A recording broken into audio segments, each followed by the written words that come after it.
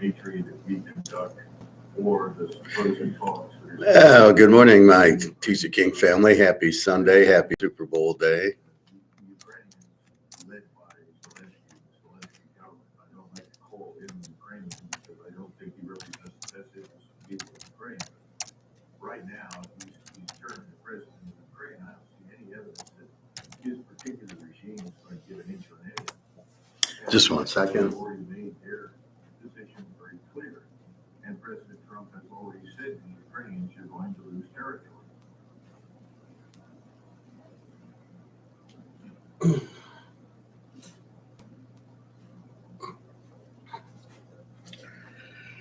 All right. Just watching YouTube. YouTube's very confusing. Let's start off a little with AI and we'll go to the Super Bowl in a minute. There's a lot of YouTube is becoming AI. It's not real.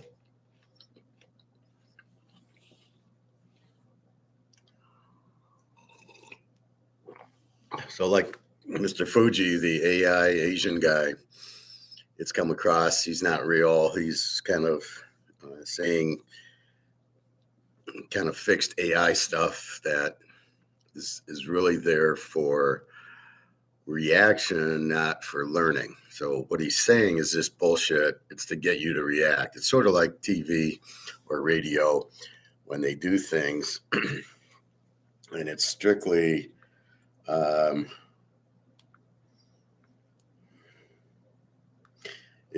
to get reaction, not really tell you anything.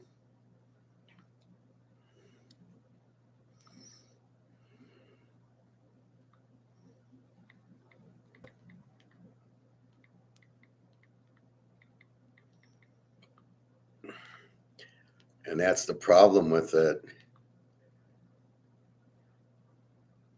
So you get a lot of that reaction stuff.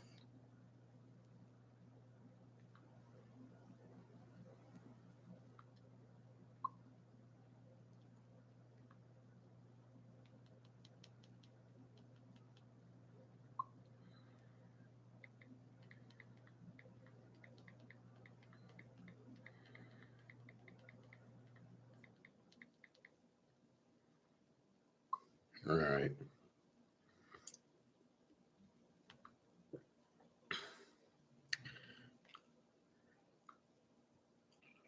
So you're getting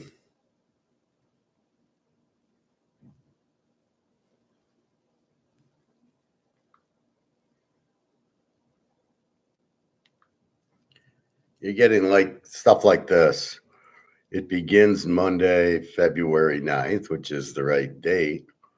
And she starts getting into what Basel III is and what banks need to do or they lose their licenses. So it sounds real. And then she says, well, look at the silver price on Friday. It went from 27 to 30. And you're going, what the hell is she talking about? It's $77 an ounce.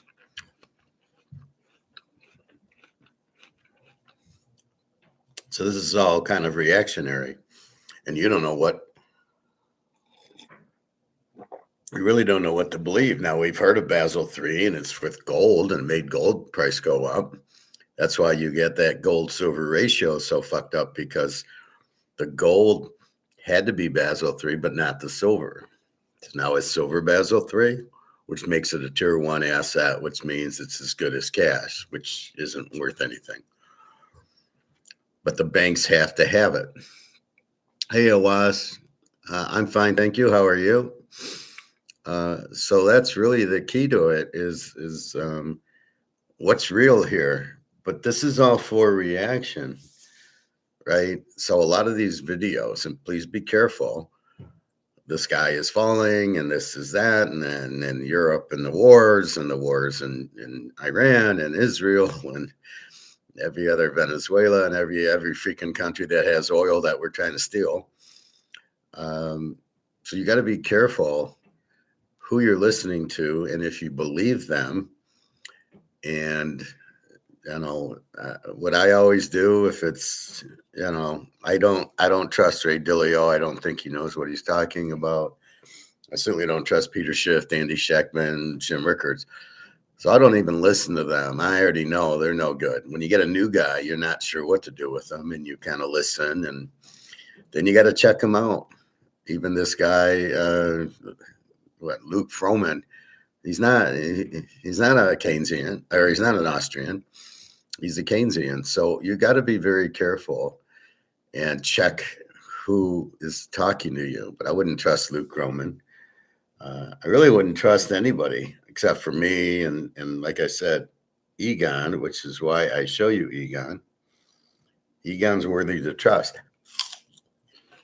But most of these people, and especially this AI guy, all AI does is it looks at some data and then it spits it back.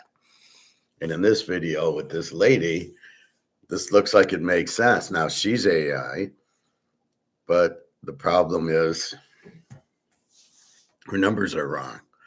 Oh, silver might hit 30. You're like, so that loses the credibility.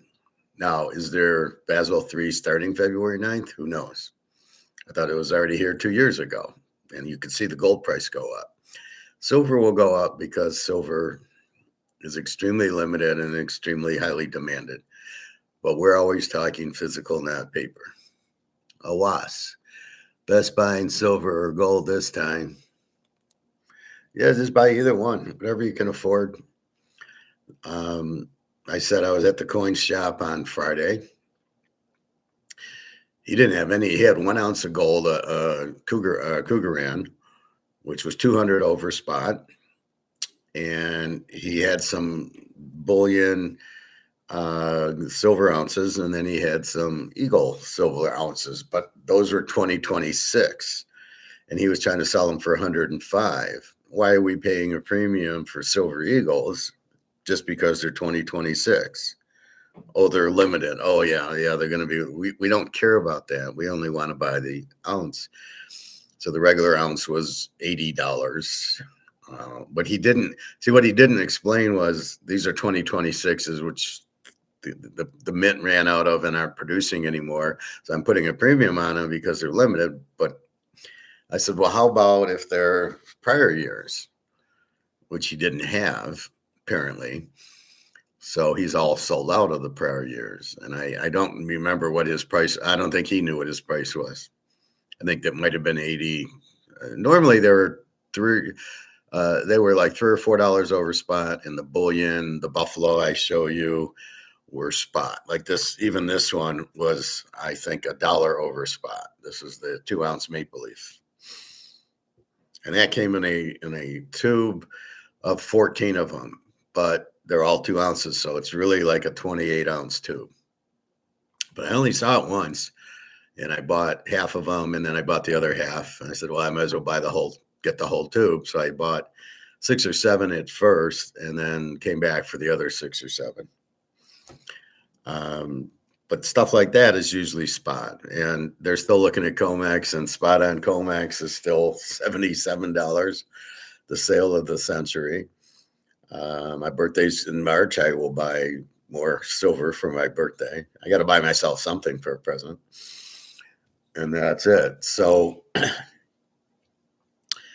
keep in mind when you start hearing this AI, I'll play this for a minute so you get an idea. Or even $150 in a matter of days. This sounds extreme. See, this is AI talking, but you think it's actually the lady talking. Licenses for non-compliance. Loss of access to the Fed discount window or European clearing systems is a death sentence for a bank. The system. So if they don't have enough silver as their silver contracts, she's saying they'll close the bank out. I don't know, maybe. Do we really need banks? Not really. The only thing I need a bank for actually is to get my direct deposit from Social Security, which I'll get on Monday. So, and then I use it to pay bills. I could probably pay bills with another source. They have these cash apps and Venmo and PayPal, and I could probably use that. A lot of stories coming out on this Peter Thiel guy who worked with Zuckerberg at Facebook in that movie. He seems like he's a nut, one of these communist monopoly type of guys, an evil guy. So be careful of that. He runs Planeteer. And apparently he's doing all this surveillance like Zuckerberg. Between the two of them, they should spend the rest of their lives in jail in a pit somewhere in India with Batman, where they're spying on us and surveillance and listening into our phone calls. These are two really strange people, right? So you can listen into my phone calls. I don't talk about anything, but if you got nothing better to do and you want to listen to other people, knock your socks off. But again, be careful of these people. They're very evil.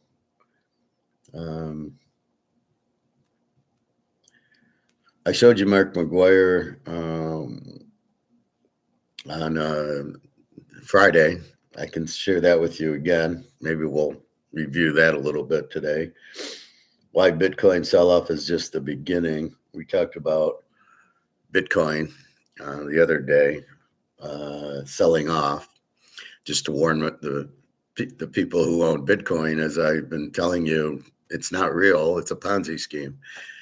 Now, if you bought it at $5, because nobody's ever spent 20, 30 grand on it that I've ever talked to. It's always, I bought it at 100. If you're not smart enough to profit take, then I don't know what you're doing in Bitcoin or in investing. You're just too clueless, really. You're not listening to anything that I'm talking about. Then I don't really get what your point is.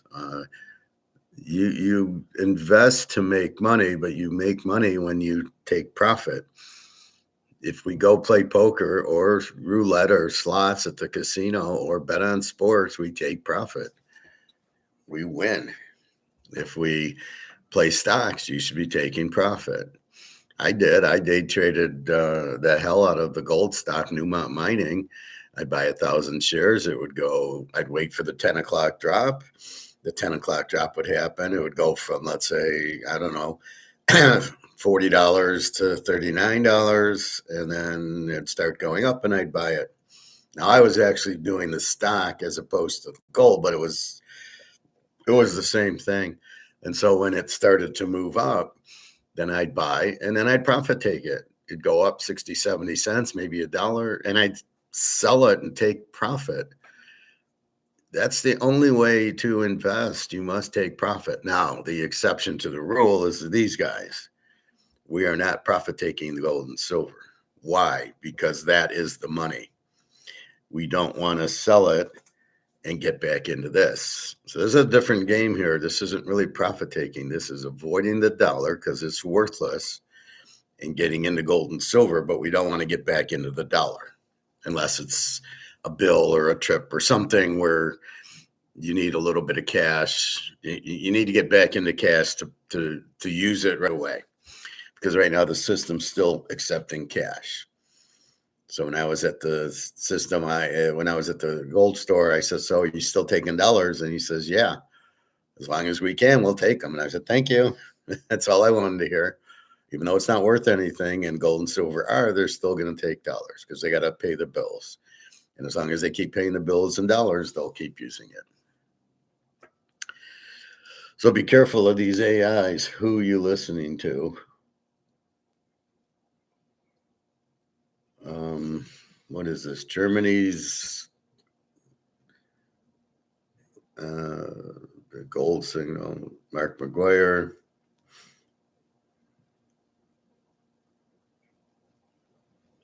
So even this, she did this one on the price floor.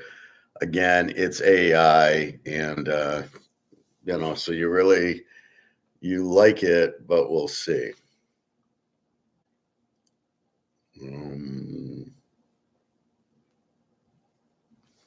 Here's one. J.P. Morgan skipped the Titanic and still died. He skipped the Titanic thinking he'd escaped a gruesome death, but it found him a year later, and it was far worse. So that's when the Federal Reserve came in. So this was what, 1912, and the Titanic. He knew it was going to sink because it's probably his orders, and then he didn't go on the boat. That ought to tell you something. Thank you, John Z. Good morning. Happy Super Bowl. So let's get into the Super Bowl.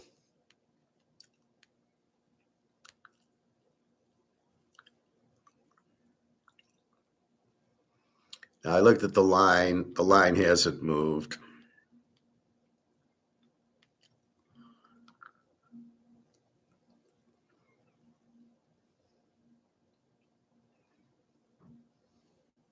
So we're still looking at 4.5 and 45.5. They're both 14-3 in a teaser. New England is an 18-13 defense the last 5 or 6, but that's a giant question mark because it was CJ Stroud, it was Justin Herbert who can't score, and it was the backup for Denver. So 3 big question marks there on, is their defense that strong? The only one I can come up with is 35-31 Buffalo. The Tampa game, Cincinnati game, they gave up over 20. And Seattle, should they light them up? Again, it's Darnold. We think they would. They're 19-1 in the teaser this year, New England. The only loss was home against Buffalo. So the one good team they played, they lost to. Seattle, an A team, 28 on offense, 16 defense. Those are your last 5 averages. We've got Darnold, and they're 16-3 in the teaser, losing. Who they lost to? Probably early. They did lose the Ram game, but I think they covered. I think they were the dog in the game. All right. So that's what you have going in. May against Darnold. We have no idea about May. Why he'd be a runner-up for the MVP, I think it's just like ranking the college teams who are about to play on Saturday afternoon, Ohio State and Texas, and they made Texas 1 and Ohio State 2. Texas, I don't even think was ranked at the end of the year. They were a terrible team, and Ohio State was probably 7 or 8. But for TV, they made them 1 and 2, and I think that's what they're doing with Drake May. For TV, for the Super Bowl, he's the runner-up for the MVP, and in no reality is this guy anywhere near an MVP candidate. He can throw okay. I've seen him in some games. I go, he's starting to throw pretty well. He runs too much.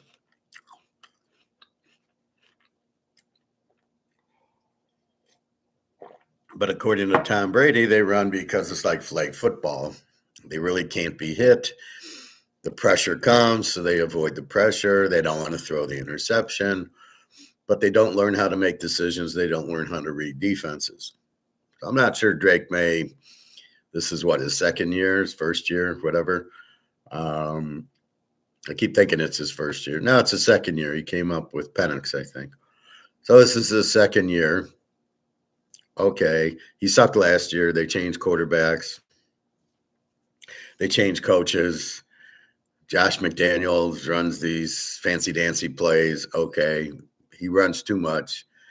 He's not going to run in this game. He's going to try, but Seattle with the great defense. So we look to what we can hold, which is the defense.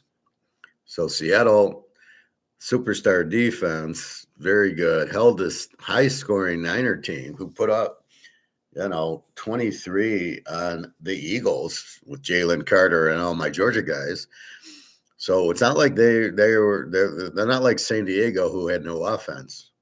So in this case, Seattle, really stuffed the Niners to 6 points and 3 points. Yet they put up 40 on the Bears and they put up 23 on the Eagles. So yes, we believe in Seattle's defense. Now against Stafford and Pukanuka, nobody's holding them. The only reason they only scored 20 on the Bears was not the Bears defense. It was 0 degrees. So you had a pretty warm day in Seattle. It was 35. Today it's 53. I looked at the weather. It's foggy now there, but it's 53 and no wind. So you got some fog, but I don't think that matters. If you're in the fog, it shouldn't be a problem. If you're looking into the fog, you can't see much. But when you're within the 30, 40 yards of the field, the fog won't bother you. And I don't know how thick the fog is. And I don't know if that's good offense or defense, because you're the cornerback and you can't find the receiver, you're in big trouble. John C. I'm watching the guy who said these games are all rigged with all the gambling sites and prop bets. Seattle Seahawks beating New England tonight. I say it's about time. Well, the ironic part about the NFL is they Paul Hornung and Alex Karras in the 60s got suspended for gambling. All these players get suspended for betting. And then FanDuel, the sponsor of the NFL, and you're like, what the fuck? This is absolutely insanity. Why would you marry that? And then you want us to think it's real? No. It's like wrestling. Everybody called it fake, but they still hit each other. They'd still jump off the top rope. It was physical. But when Ric Flair put you in a figure four, it really wasn't painful. The guy had to sell it. When Hogan dropped the leg, he's not even dropping the leg on you. The leg's being dropped, but not on you. Or Stone Cold Stunner, any of those moves aren't really real. The only one is probably Brock Lesnar, because he's throwing you across the ring with those suplexes, which I thought he was the worst wrestler I've ever seen. He was so boring. He would pick you up and suplex you across the ring on a trampoline. Did that hurt? Oh, maybe landing, but I don't think so.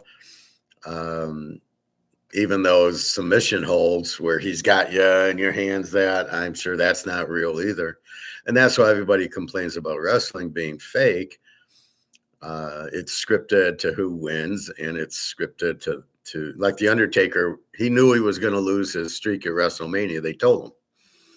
So that's kind of what wrestling's fake. Now, is the NFL at that level where the NFL is clearly not, okay, Seattle, you're going to win today 28-24. Is it that scripted? I don't think so. I think they want the games close for TV because TV is basically running it. It's like the government now. The government is not run by the government. Trump, all the senators and congressmen, they don't run shit. It's the billionaires who pay them off to do what the billionaires want to do. And the defense contractors and that's who's running the government. That's the problem. And that's why but they don't know what they're doing, and the country's imploding. And that's why we buy gold and silver, because that'll bail us out, because all the people who are staying in dollars won't realize that it's worthless, and their $100,000 or $200,000 will be worthless.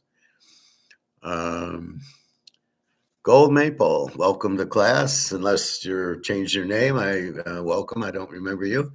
Seattle Seahawks beating New England tonight. I say it's about time. Gold is all you need. No silver or crypto. Well, there's nothing wrong with silver, but you want them both. I have one word: Roman Reigns, baby. That's the best wrestler. Yeah, I don't know. I really don't watch it anymore. I used to. I know who Roman Reigns is from a couple years ago, but it's too boring for me now. We buy silver and gold, and you can't print either. And the reason we buy silver is you need silver for smaller items, right? You go to the grocery store or the restaurant buying clothes, you're going to need silver. you don't want to break. Well, first of all, you can probably get about 100 ounces of gold, unless you're really, really rich. Like Bobby Bow, he can get more. But let's say we get 100, but we don't want to go through all our 100. So we get silver, and we can get 1,000 ounces of silver. And then we can use the silver at Kroger's, at gas stations, at everything. So it's a little bit more municipal used, because you don't want to run out, because once you start spending it and it's gone, you're not getting it back. That's what I tell my girlfriend. She needs money. I says, I don't really have it. Well, you're rich. No, the fact I have gold and silver, I still can't cash it in. It's too cheap. I don't want to cash gold at 5,000. I want to wait till at least it's 10,000.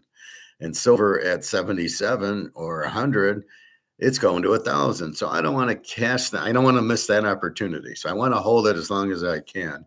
My cash is shrinking because I use it, but I don't want to, but all my money's in that.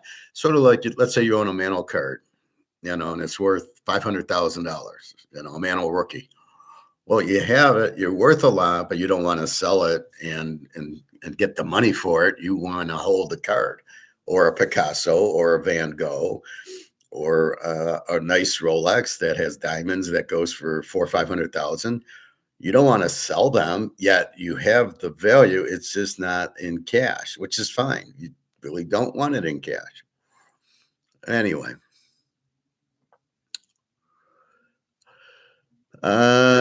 Gold Maple, very disappointed in the women's Royal Rumble. I wanted Sol, Roca, or Tiffany to win, but hot women, they should have won. Well, that's sorry to hear that. Not Liv Morgan, very disappointing. Yeah, I don't know these women. Again, I'm not watching it, but I'm sorry you didn't get the right one. Let's see, Bobby Bow, is he stopped getting his pay in dollars? No, he's still getting his check. Every July he gets his $1 million check. The problem is the $1 million isn't worth as much as it was 20 years ago, so it's worth about 10 grand. I told him to just take it and go buy gold and silver with it to keep his value. He did call the Mets to get paid in gold, but they wouldn't do it. No surprise, but he can do it. Kurt, good morning. How are you today? Kurt, after how many hours will COMEX market open? It opens about 6 o'clock U.S. time on Sunday. Well, it's probably like 7, 8 in the morning in China, right? So it's 11 now, so in about 7 hours or so.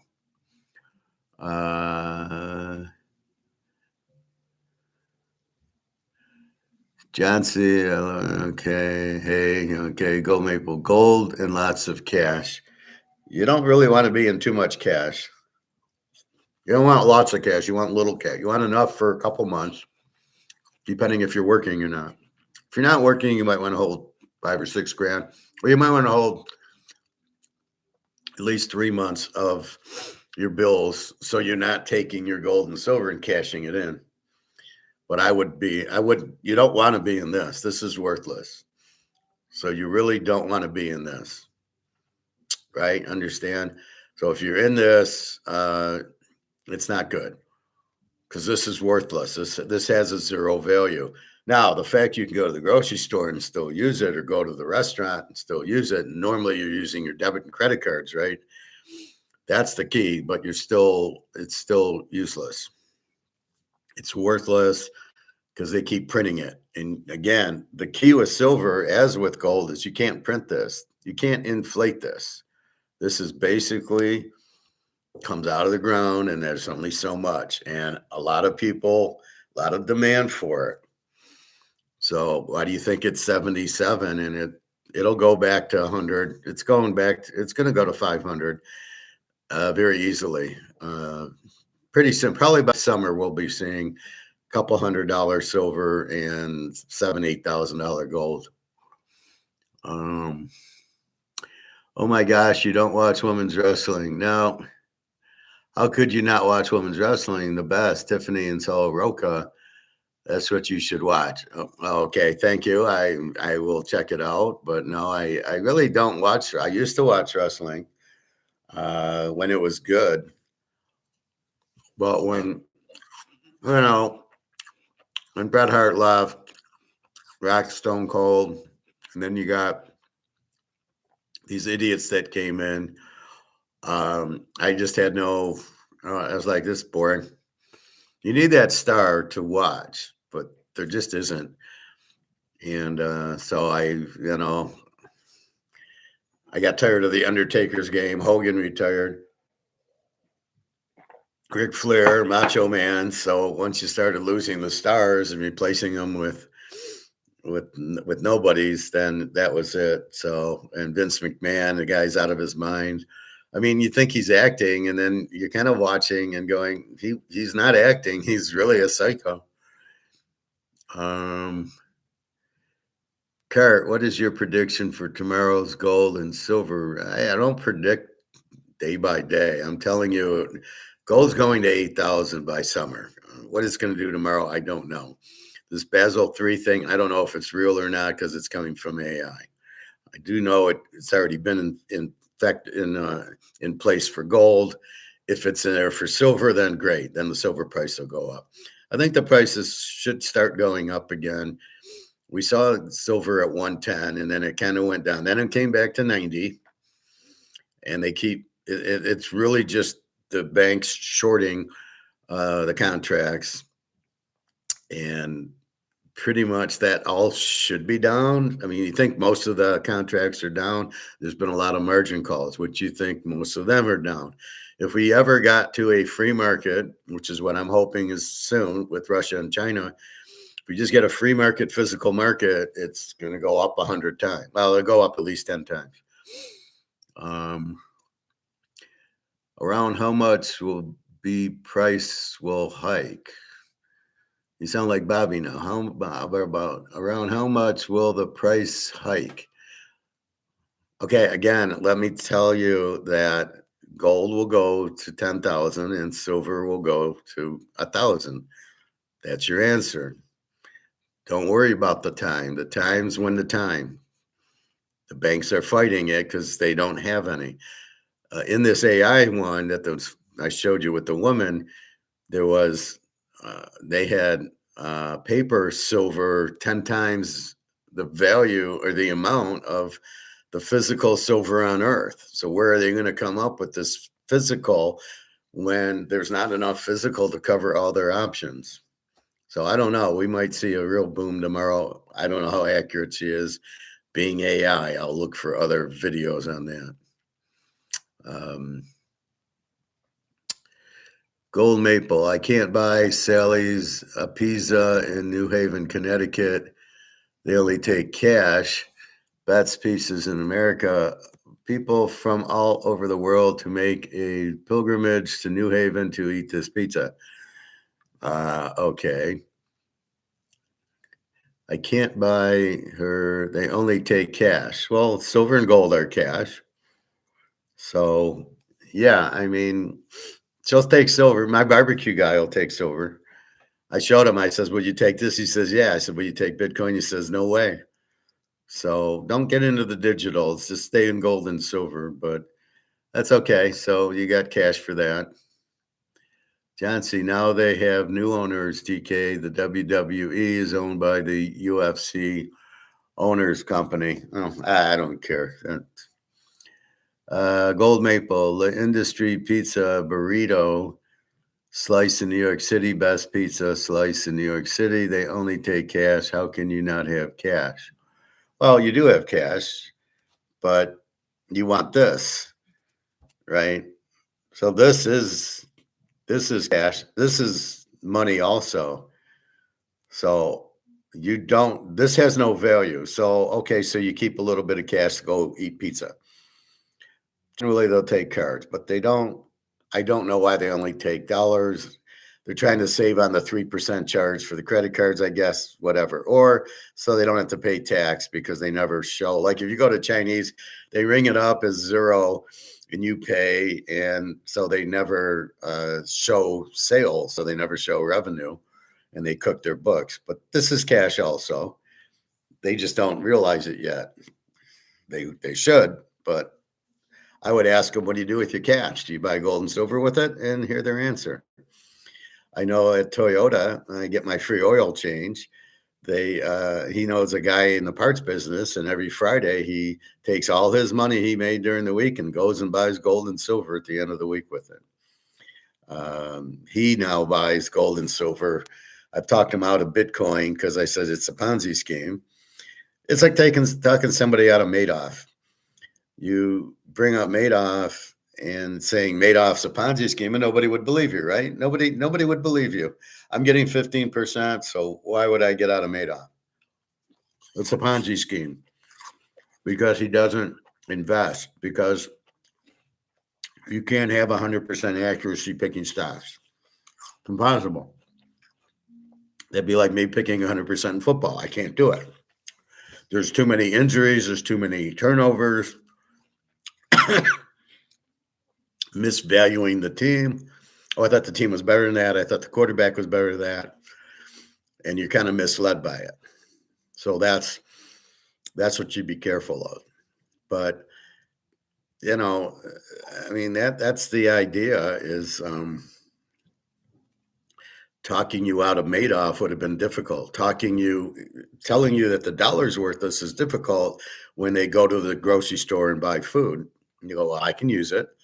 Yeah, but look at the expense of the food. It's gotten very expensive. Anyway, sometimes I tilt the screen to read. They don't take gold and silver, unfortunately. Well, they will. Tell them to talk to me, and they'll start taking gold. They'll start taking silver for sure. TK, it's where this grocery store gives you fake coins of gold and silver, and you can use to get discounts on movie theaters and gas. I don't know what that is. What do you mean they give you fake coins? Gold Maple, one place I do not recommend. Please do not go to Mr. Chow's in LA. People go there just to meet celebrities. The menu is expensive as hell, and they feed you portions smaller than for a cat. Well, then I wouldn't go there, or if I went there, I wouldn't eat anything. If I want to meet celebrities, I would wait till they come out and meet them. I'm surprised the celebrities eat there. Eric, good morning. Did you worry when silver dropped? No, because that was the paper drop. The physical didn't drop at all. Those were mostly margin calls, mostly in COMEX, options and derivatives. And there's like a quadrillion amount of derivatives. And there's a lot of people going to lose a lot of money in the paper game. But we're not in the paper game. We're in the physical game. So we really don't care about what's going on in COMEX. Why is pricing the physical? I have no idea. I'm waiting for China and Russia to take over the pricing. But no, I never worried because, again, we have physical, and our game is high demand, low supply of physical gold and silver. That hasn't changed, so I never really worried. I mean, there was nothing forcing the price down that made any sense. So I knew it was just bullshit. It's just the banks trying to not go broke. They were going broke. They needed a margin calls that was forced selling them. And then they have to get out of their options. So that's all that was happening. So if you understand that, I wasn't worried at all. Gold's still going to go to 10,000 and silver's still going to go to 1,000. So nothing's changed there in the physical world that we live in. So you shouldn't worry about it, Eric. $300 for chow mein at Mr. Chow's. Well, I'd say the guy's out of his fucking mind, and I'd go to another Chinese restaurant and get chow mein for $10. I guess he's never heard of competition, or these celebrities have way too much money than they know what to do with. I wouldn't care about meeting him. Like I said, if I saw George Clooney walking down the street, I wouldn't even say hi to him. The only way I'd acknowledge him is if he came up to me and said, "Hey, professor," then I would acknowledge him. Otherwise, I'd look at him and go, he's a loser. And I wouldn't pay any attention. Forget the celebrities. they're just actors, and acting's just lying. So we see that in with Trump and all and everybody in government. We see that every day. So I'm not impressed with actors. They don't really do anything. They're not really meaningful. They pretend, and they're basically liars who pretend to be somebody else. Big fucking deal. Just be yourself. I mean, I'm myself. I'm genuine. That's more important than acting this part. This isn't to me a part. This is me being real. But I wouldn't sit there and that's my if I met them and they'd say, well, I act, I'd go, well, maybe you'll get a real job soon. Why don't you do something that's good for everybody? Than just pretending to be somebody else, and somebody's stupid enough to pay all that money, and they make movies and people are stupid enough to go to the movies. Okay, but that's what you get, Gold Maple, watching wrestling. You're not really watching the real person. You're watching them act as somebody else. Like Hulk Hogan wasn't really like that in real life. He was he tried out for the Packers and he didn't make it. So then you would really see Hogan. But that's not how he really is, or Macho Man, or any of those people. So if you watch Undertaker do some of these YouTube things now, he's not the way he was in the ring. So again, it's just acting. Just go look at hot girls. I mean, go to the gym, watch hot girls work out.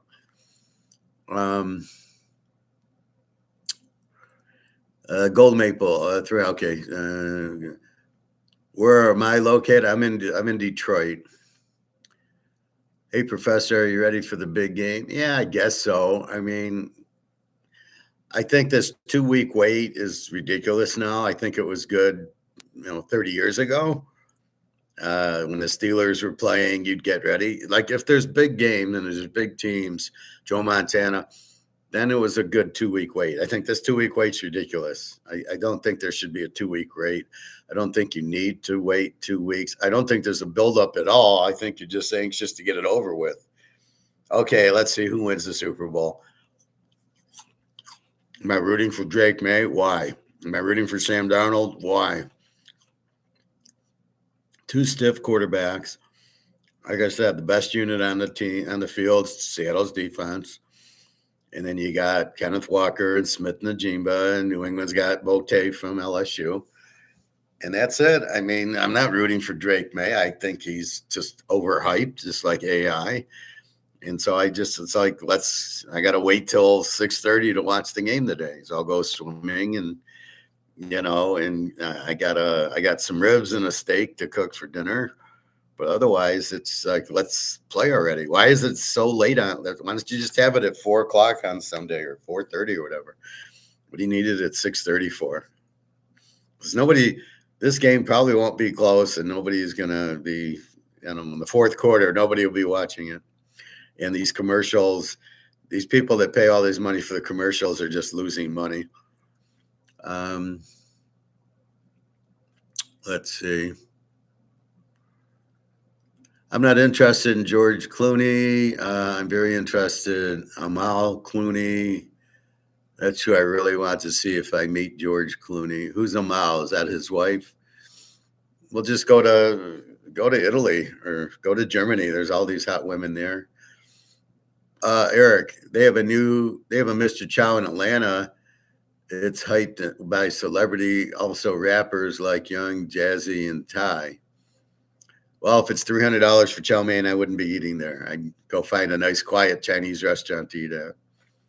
When I drop Alyssa off, there's a Chinese restaurant by her, and I usually stop, get dinner at the Chinese, and then I go work out. So she's not a big Chinese fan, or we'd eat there. But that's how I used to go to my Chinese place, but I'm just tired of driving a half hour, getting the meal, and then having to drive home before I eat it. And, so now I just go, this restaurant, fine. I get soup, I get egg roll, I get General Chow or sweet and sour chicken. It's a nice change of pace because I eat omelets every freaking day and hamburgers and chicken, and I cook a lot, so it's nice to go and just relax. Gold Maple. My favorite places in Detroit is Joe Louis Arena, which isn't there anymore. It's now Little Caesars Arena. And Hockeytown Cafe, amazing buffalo wings there. Oh my goodness. I don't go there. I go to the closest I go downtown is MGM when I play poker. That's about it. But I think I've been to Joe Louis a couple times. I thought it was way too narrow, too high. It's very hard to climb up and down the stairs. I thought they did a terrible job. I've never been to Little Caesars Arena or Ford Field. You'd have to pay me to go to either of those places, especially Ford Field. Getting me to a Lions game's probably impossible unless you handed me the tickets and a parking pass. And it better be against a good team so I can root for Philadelphia or Green Bay or Chicago, not, of course, for the Lions. Robert, I think I'm going with a New England plus 11, 51.5 teaser here. Okay, good luck. You have to go to Hockeytown Cafe, Professor. That's the place to be in Detroit. Well, no, it's not the place to be. I prefer the barbecue places where I go, but I don't even know if it's open. If Joe Louis Arena's not open, was it at Joe Louis Arena? I don't know. I've never really heard of it. I just heard of Hockeytown. I didn't know there's a cafe there, but I don't know. But if I go downtown, it's very dangerous. If I go there, I go to MGM and play poker. And then I get out and I get on the highway and I get the hell out of there. It's not a nice neighborhood, downtown Detroit. Little Caesar's best pizza in Detroit. No, it isn't. It's terrible. Do you realize there's no real ingredients in Little Caesar's pizza? It's all, it's I can't think of the word for it, but it's all processed. It's all processed food. So there's no real tomatoes. There's no real cheese. There's nothing real about it. It's actually very bad for you. So I don't eat it. I don't eat a lot of pizza, too many carbs. And most of the ingredients are not real. So I don't eat it. I more or less, it's chicken, steak, ribs, hamburgers, fish. I'll get a salmon from the grocery store and cook it up, or a lot of chicken that I cook up. I saw chicken yesterday at my grocery store. Was up to $4.50 now.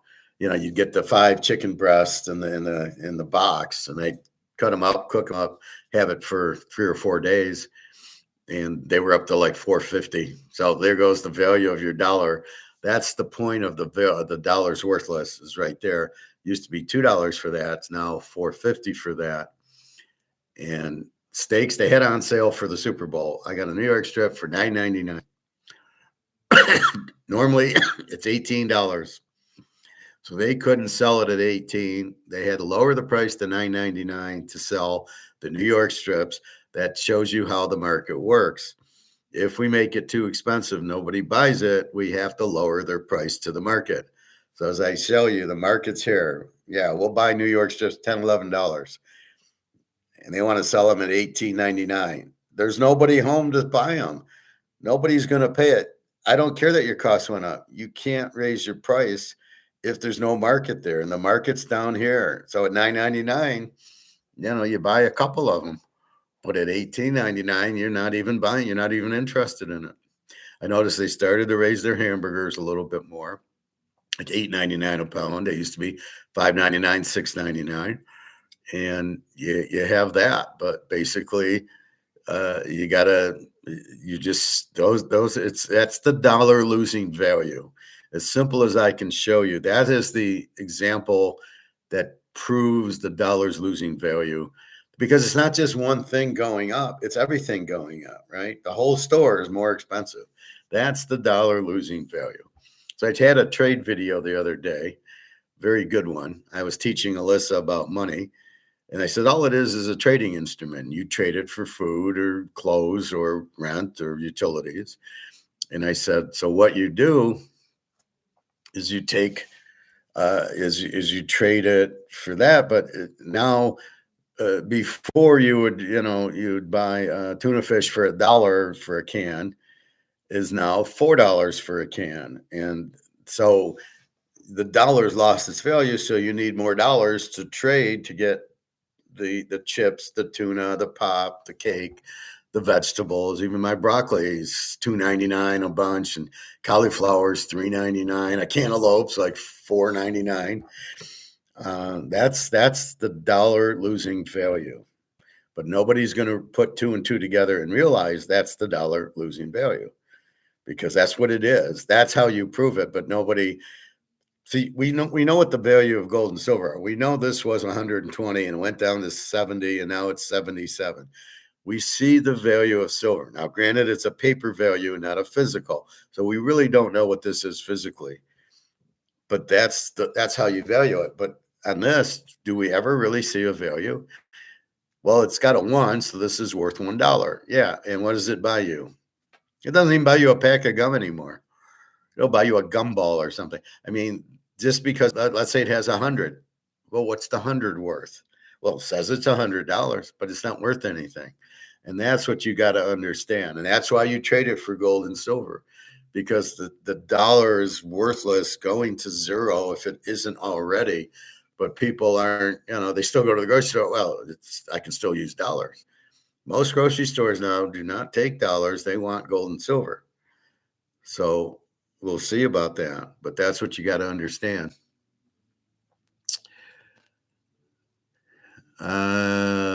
So Little Caesars, I would avoid at all costs. Prophet, have you ever visited the Fist statue? No, I never have. No interest.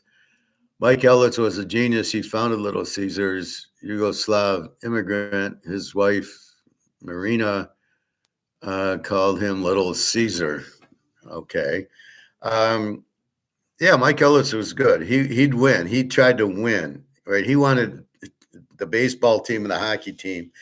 He tried to win. The son won't spend. The son doesn't want to win.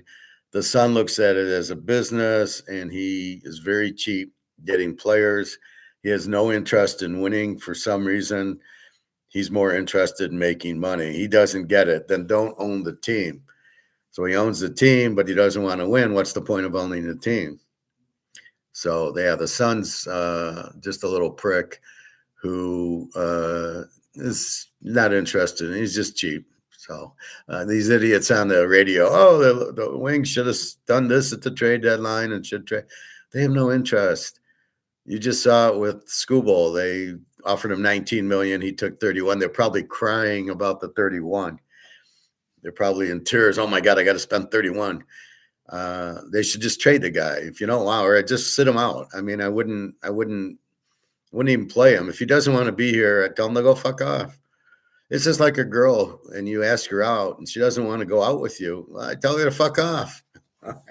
Fine. You don't want to date me? Fuck you. Then I'll move on to the next girl. If Skubal doesn't want to play in Detroit, tell him to fuck off. We don't need him. You're not trying to win. You're trying to save money. So, I don't get it. But I did like Mike Ilitch. He was good. Mike Ellis and his family own the Red Wing. Well, his son owns it now, and they own the Tigers. And you'll see no spending and nothing. They accidentally got good, but he's not spending on the players. Professor, when will you come to India? I have no plans to come to India. I might go meet Jenna in Greece or Berlin, and then I'm waiting to meet Daria in Russia, or have her come here, but I'm not planning on coming to India.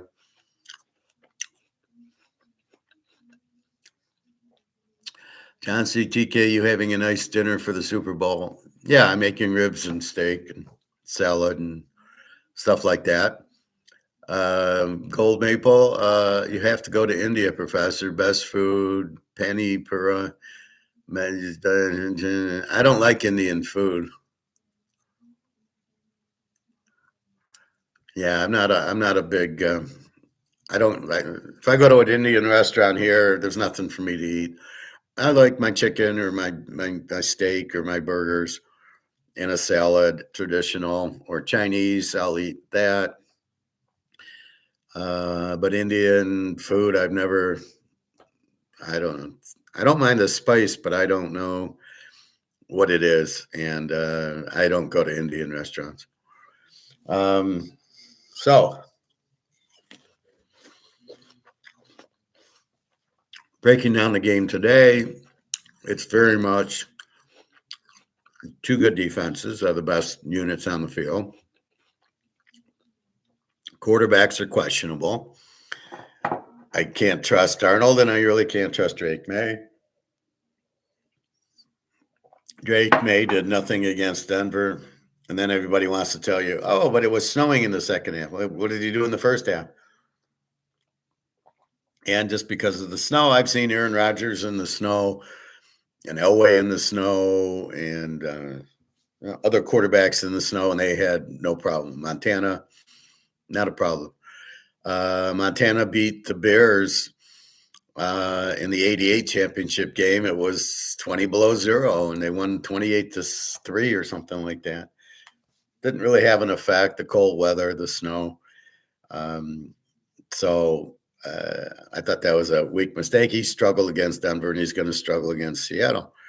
But again, I don't get the hype of Drake May. So you got weak quarterbacks, strong defense. So that's why I like the under. So your free play I give you is the under in a teaser, under 52. And then the second half you'll have to come up with. Gold Maple, how could you not like Indian food? Well, I went there and I didn't like it. So very easy. You lead a very boring life, Professor. Football and golf are like watching paint dry. I love ice hockey, crash and burn, baby. Hockey fights, that's my cup of tea.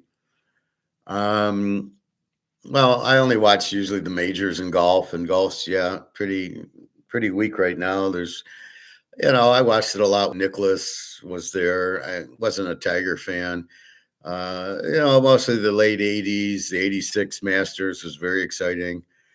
Seve and Nick Faldo and Greg Norman, that was golf. Now I really don't watch it.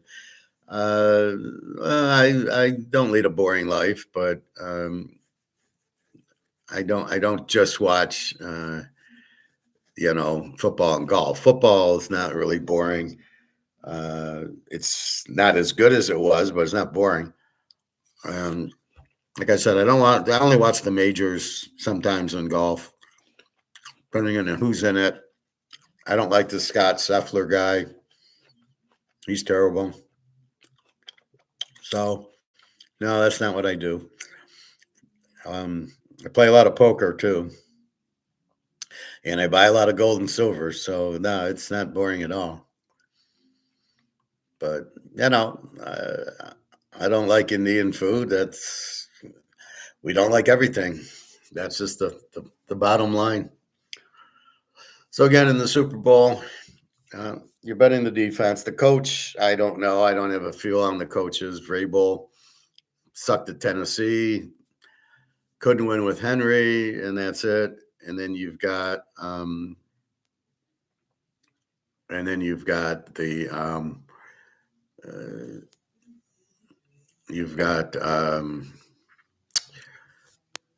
this Mike McDonald I never heard of before. I thought he was terrible last year. Their defense got better, so he looks like a good defensive coach. I don't know. And offensively, Darnold, okay, he looked good last year in the regular season, struggled in the one seed game, in the playoff game. This year, he's played okay in the playoff game, but they're running a lot. So I don't really know. This is a very hard game to trust the quarterback or trust the coach. Don't know. I mean, we've seen what McVay choke. We saw San Francisco's coach choke several times. What's his name? I don't know. Shanahan. I'm not a Shanahan fan. He's okay, except in a big game. He choked when he was the offensive coordinator for Atlanta, didn't realize he could run the ball. And then he choked against Kansas City a couple times with leads, again, not running the ball, relying on the pass too much, but you got to eat clock up. And he doesn't quite grasp the intensity of the game. Didn't show up in either Seattle game. So he did beat Philadelphia. And that was it. I mean, so I don't really, not a big Shanahan fan. The best coach is Sean Payton. And outside of that, I think there's a lot of weak coaches. I'm beginning to like Ben Johnson over Dan Campbell. Now realizing the Lions got there because it was Ben Johnson. Watching Dan Campbell flounder. Everybody loves the Lions, except for they don't have a defense. Their offense is just, we're going to run the ball and then do these dipsy-doos where we play action it. And I think everybody's figured that out now. And they struggle against good teams, and they only beat the worst teams they beat. They should do better next year. They'll have the easier schedule, I believe, because they weren't in the playoffs. So they'll be good again, I think. A lot of injuries to their defense. The GM doesn't know what he's doing. So I don't know. Everybody's sold on, it's like Drake May. Everybody's sold on him. Why? What has he done? So we'll see today. We'll see Drake May, what he's made out of, and we'll see. Well, we know Darnold's a choke, so I don't know if Darnold can win the game. I think he can, but I think the defenses will dominate. It should be low scoring, and we'll go from there. Again, my score is 27-10. Seattle over New England. I just think Seattle beat the Niners and the Rams, and New England beat absolutely nobody. Houston, Stroud threw 5 picks. Denver had no Bo Nix. Your schedule sucked. You had one team, you played Buffalo, and you lost 35-31. So pretty weak schedule. So it doesn't prove anything, good or bad they are. Michigan had that a couple years ago when they won the national title. Their schedule, they played nobody. It was all high school teams. Ohio State had a shitty team that year. And then Alabama with Milrose, and they should have lost that game to Alabama in the first round of the playoff. And then they beat Washington, who had beaten Texas because they could run it on Washington. But Michigan played the whole year, and they didn't play it until they played Alabama, who was okay, and Ohio State, they weren't good. They were okay. So I think that's what you got in New England. They haven't played anybody. All right, Prophet. So is the Raiders signing Kubiak as the new head coach done deal? I think not yet, because he's coaching in the game. I think you'll know Monday or Tuesday if it's a done deal. Is it any good? Well, Gary Kubiak was his father. Does that make him a good coach? Is Seattle this wonderful offensive team? I don't know. We'll see. He's never coached before. I'd be afraid to sign him. Johnsy, looks like Prophet probably be announced tomorrow. Okay, whatever. All that, how are you today? New England 26-24, 56-yard field goal as time expires. I'll take Seattle in 2 if you want to bet. Titans were at least competitive with Brable. Now they are bad. Yeah, they're pretty bad. I don't know. Were they competitive with? I don't know. The key really is how good is Drake May, which we don't know. He wasn't good in college. I was shocked they picked him with the 3rd pick, and I'm shocked that people think he's an MVP candidate. He's not better than Mahomes. He's not better than Joe Burrow. So what the fuck you guys talking about? So we will see. Anyway, I don't see how 26-20. How is New England going to score 26 points against Seattle's defense? That's what you got to look at. You're not scoring 26 on this defense. You're not Stafford and Puka Nuka. right? And you don't have Sean McVay as your coach. So I don't know where you're going to get those points. You put up 10 on Denver because of the bullshit call on the incomplete pass that they called the lateral, which was not a lateral. The defensive guy pushed it backwards. And then you have, they got 16 on San Diego. So all of the Seattle's got a better defense than them, and you're going to get 26. They're never going to get 26. 3 Darnell turnovers. I don't care. You get 5 Darnell turnovers, you're still not getting 26. And they won't let Darnell turn it over too much. If you notice, he's running the ball with Kenneth Walker more. So can they stop Kenneth Walker? That's your question. I don't think they can because the Rams couldn't and the Niners couldn't. That guy's a beast. He's unbelievable, Kenneth Walker, Michigan State. I remember he got 4 touchdowns in a big game against Michigan, right? That's what'll ease the pressure on Darnold, and that's why he won't throw. He's throwing to Smith-Njigba. Can they defend Smith-Njigba? I don't know. But I love the under in the game. 46 is way too high. 52, they ain't never going to get 52. Now, again, remember in the Houston game, they scored they ran the opening kickoff back and got a pick 6 for 14 of their points. So that's about what you're looking at here is maybe 14 like they did against Houston. Turnovers, I agree. Darnold will turn it over, but I don't know that will lead to 3 touchdowns. But we can't trust Darnold. How did the Patriots team get to the Super Bowl? They are not a super team. Well, they had a weak schedule. They had the weakest schedule in the league. They played only a couple of teams with a winning record. They split with Buffalo, and they beat Baltimore, and that was it. They beat Tampa, Cincinnati without Joe Burrow, and they played the Jets twice, Miami twice, and the Giants and New Orleans, and they had they actually lost to the Raiders, if you can believe that, in week 1. So they would have lost to Denver if Bo Nix played. So they got all the breaks, right? Here they got Bo Nix, and Bo Nix was injured, right? So if Bo Nix played and they beat him in Denver, okay, but they didn't. They struggled. They really only got 3 points in the game. Like I said, the one touchdown was a 10-yard drive because of the bad call on the incompletion being a fumble. Okay, so they only scored 3 points. They're going to light up. They're going to light up Seattle. Did you see Seattle against the Niners? The Niners were scoring 30 points a game, crushing the Bears, and then crushing everybody. And they get against Seattle. It's 13-3. Then they put up a 23 on the Eagles. So it's like the Niners, could score, right? Shanahan, offense. Who's New England's offensive coordinator? Josh McDaniels. Yeah. Good luck on him. He'll be lucky if he's still on the team today, or he'll quit and run away somewhere else.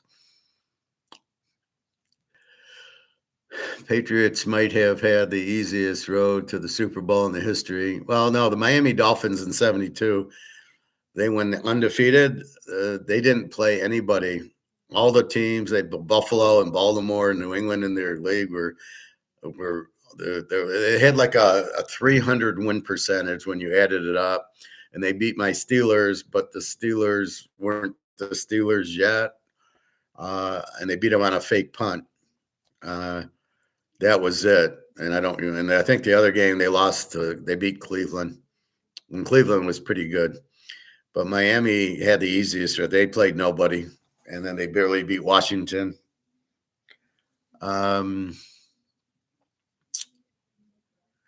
Easy record, season schedule, then playing Stroud at home and backup quarterback in Bronco. Well, that's what I'm saying. Even San Diego, Herbert was terrible. They all wanted to run. So We have no idea who New England is, how good they are.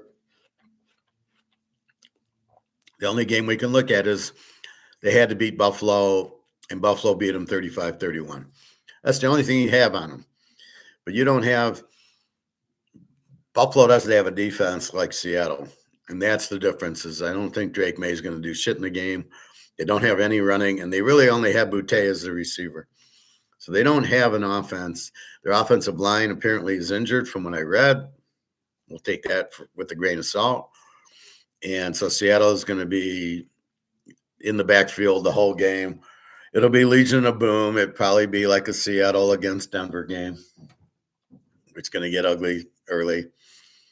Darnell Smith-Njigba, I don't know. I don't know how good he is, but I know how good Kenneth Walker is because I watched him at Michigan State. Like I said, put up 4 touchdowns against Michigan. So I really see Seattle winning. Again, I'm going to take it to the last 5 games where they beat the Niners twice and the Rams twice. Really, the Rams once in a question mark because that was the worst call I've ever seen. That was an incomplete pass. The guy's picking you up in the end zone. They give him 2 points on it. Really? Okay. So basically, I give them credit. Okay, they beat the Rams last week, and then the 2 Niner games. Now the Ram game, again, the guy fumbled, can't stand during the punt, fumble and trips and falls, and that's the fumble, and that's how the Rams lose. The Rams should be the Rams in Denver in the Super Bowl. They're the 2 best teams.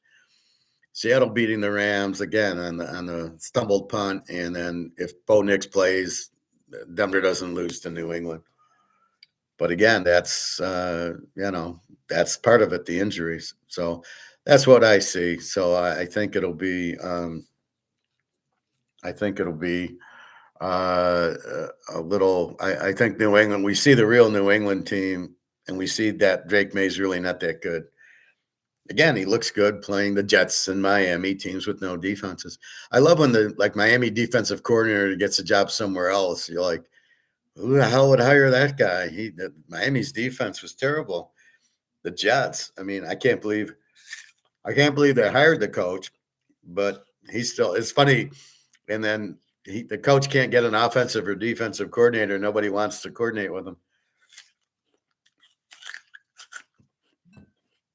The Jets head coach. Nobody wants him. It's suicide for your career. You're going to lose every game. I can't believe the Jets won any games last year. So anyway, you got 2 A teams with 2 good defenses, so that's where the under should be the play. And I don't buy New England's 27 offense, but when we look at the last 3 games, their offense is 16, 28, and 10. Of that, the 10 in New England's really a 3, and the 28 against Houston's really 14. Kickoff return, pick 6. So you give them a 14, a 3, and a 16. If that was all offensive, and they're averaging 10 points a game in the 3 games against teams that are any good, which again, and this is the problem. So they're really not a high scoring team. Again, when you get a pick 6 and a kickoff return, it makes the offense look better. The other thing is you've got to realize that thought just came out of my head. What was that thought?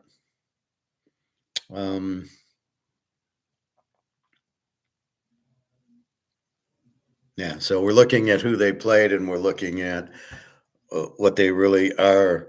But New England, take them for what they are. They're not that good. Again, they did beat Buffalo 23-20 on that Sunday night, but then lost 35-31 in the game that locked up their division. They lost, and it kept Buffalo alive. So again, but is Darnold that good? But then Buffalo didn't have the defense that Seattle does. Seattle is a very good defensive team. And you're going to see them just crush them. And you can't look at the Ram game because they don't have Stafford and Pukanuka in New England. Drake May is no Stafford. Don't get that confused. And the only reason Stafford had a less than big day against the Bears because it was 0 degrees out. Here it's 50 degrees. So that was, or look at last week, it was 35 in Seattle and Stafford. They got 27 points. So that's it. So the Rams are winning if the punt returner can catch and not fall down. A real athlete. So anyway, yeah, you've got to. I was explaining yesterday what you looked at. You looked at the defense. You look at the quarterback, the coach. The quarterbacks are question marks. The coaches are question marks. The defense, we know Seattle's got a good one. New England, we don't know. Again, you gave up 35 to Buffalo, and you gave up in the 20s to no Joe Burrow at Cincy and Tampa Bay with the Baker. The rest of the time, you didn't play any good quarterbacks. That's how weak the league is. There's so few good quarterbacks. They want the running quarterbacks for some reason, thinking that's a good thing. That's not. I don't know where that comes from. Yeah, we had all these Joe Montanas, but let's go to the Jalen Hurts and CJ Stroud, mobile quarterbacks. Well, but they can't pass. They're terrible quarterbacks. Yeah, but they're mobile.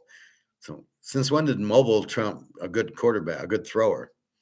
And then what Tom Brady says is they can't read a defense. They can't check out of plays. Basically, Tom Brady was the offensive coordinator. Don't let anybody fool you. And he wasn't. He would look at the defense and he would call the play. That, to me, is the offensive coordinator. And he says none of the quarterbacks can do it now. Yeah, Aaron Rodgers can. Mahomes does. Joe Burrow does. But Drake May, he's not reading the defense. And I doubt Darnell does either. Maybe he's learned his, 8th, 9th year in the league. Maybe he's learned how to read a defense, but I doubt it. So that's a big problem. These guys can't read defenses. So if the defense is here, they can't get out of the play. And my example was Lamar in the Buffalo game, running Henry right into 5 guys, and he fumbled, and Buffalo won the game because Lamar didn't check out of the play because he can't read the defense. And that's why Lamar will never win anything, because when you play in the playoffs against better defenses, you're fucked. You cannot. Well, he can run good. Yeah, not in the playoffs. John C. Denver versus Rams would have been a better game. Yeah, well, that's what it should be. Unfortunately, and I really never saw Bo Nix get hurt. He threw the pass for the long touchdown. Then he came back out, and at the end he threw the pass that was pass interference that got Denver down there to win the game.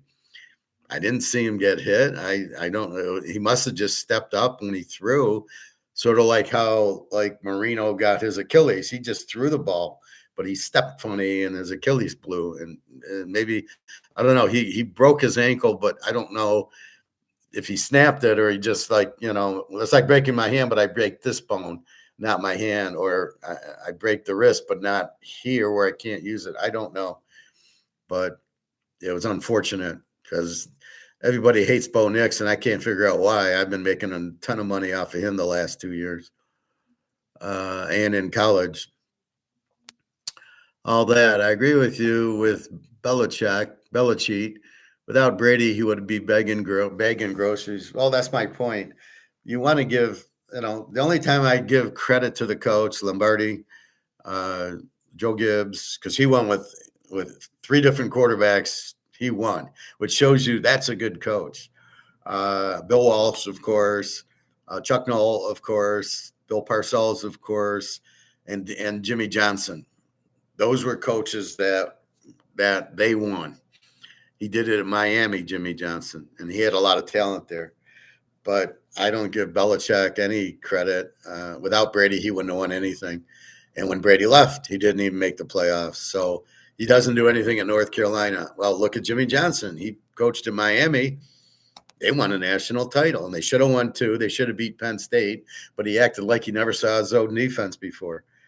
That game really pissed me off when they lost to Penn State in the 88 Fiesta Bowl. And then, and then lately there's nothing, Maybe Ben Johnson's a good coach because he took the Lions should have taken him to the Super Bowl if they didn't have this idiot Dan Campbell. And now he takes the Bears where, now here's the problem. You're overvaluing Caleb because of these circus throws he makes to win games, which are they're just playground plays. And then, Caleb's a superstar. No, he's not. Caleb cost them the playoff game because he threw 3 picks, including the pick in overtime to the Rams. You are a good quarterback. You don't throw picks in overtime to lose games. Joe Burrow, Mahomes, they don't do that. They take the team down and win it. That's what Mahomes does. That's what Burrow does. That's why they're superstars. And that's what did Stafford did. He took them down and they kicked a field goal to win against the Bears. You want to call Caleb all that because he makes circus throws that are, I don't know what the cornerback was doing in the Ram game. He came up. He wasn't even guarding the tight end. Where did he go? There's no time left. The tight end's in the back of the end zone. Why are you in the front of the end zone?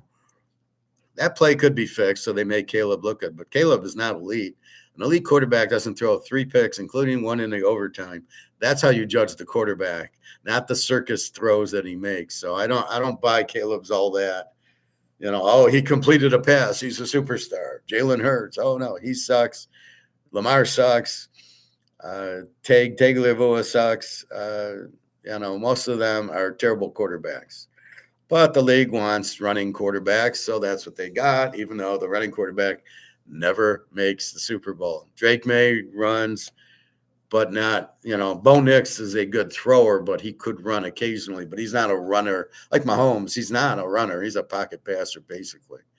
If the pocket holds up and he throws the ball down the field, that's what I mean. All that. His winning percentage with Brady is probably without Brady is about 30%. And exactly, he was the coach at Cleveland. And he did nothing. The only thing he did was he was Parcells' guy. He was Parcells' defensive coordinator.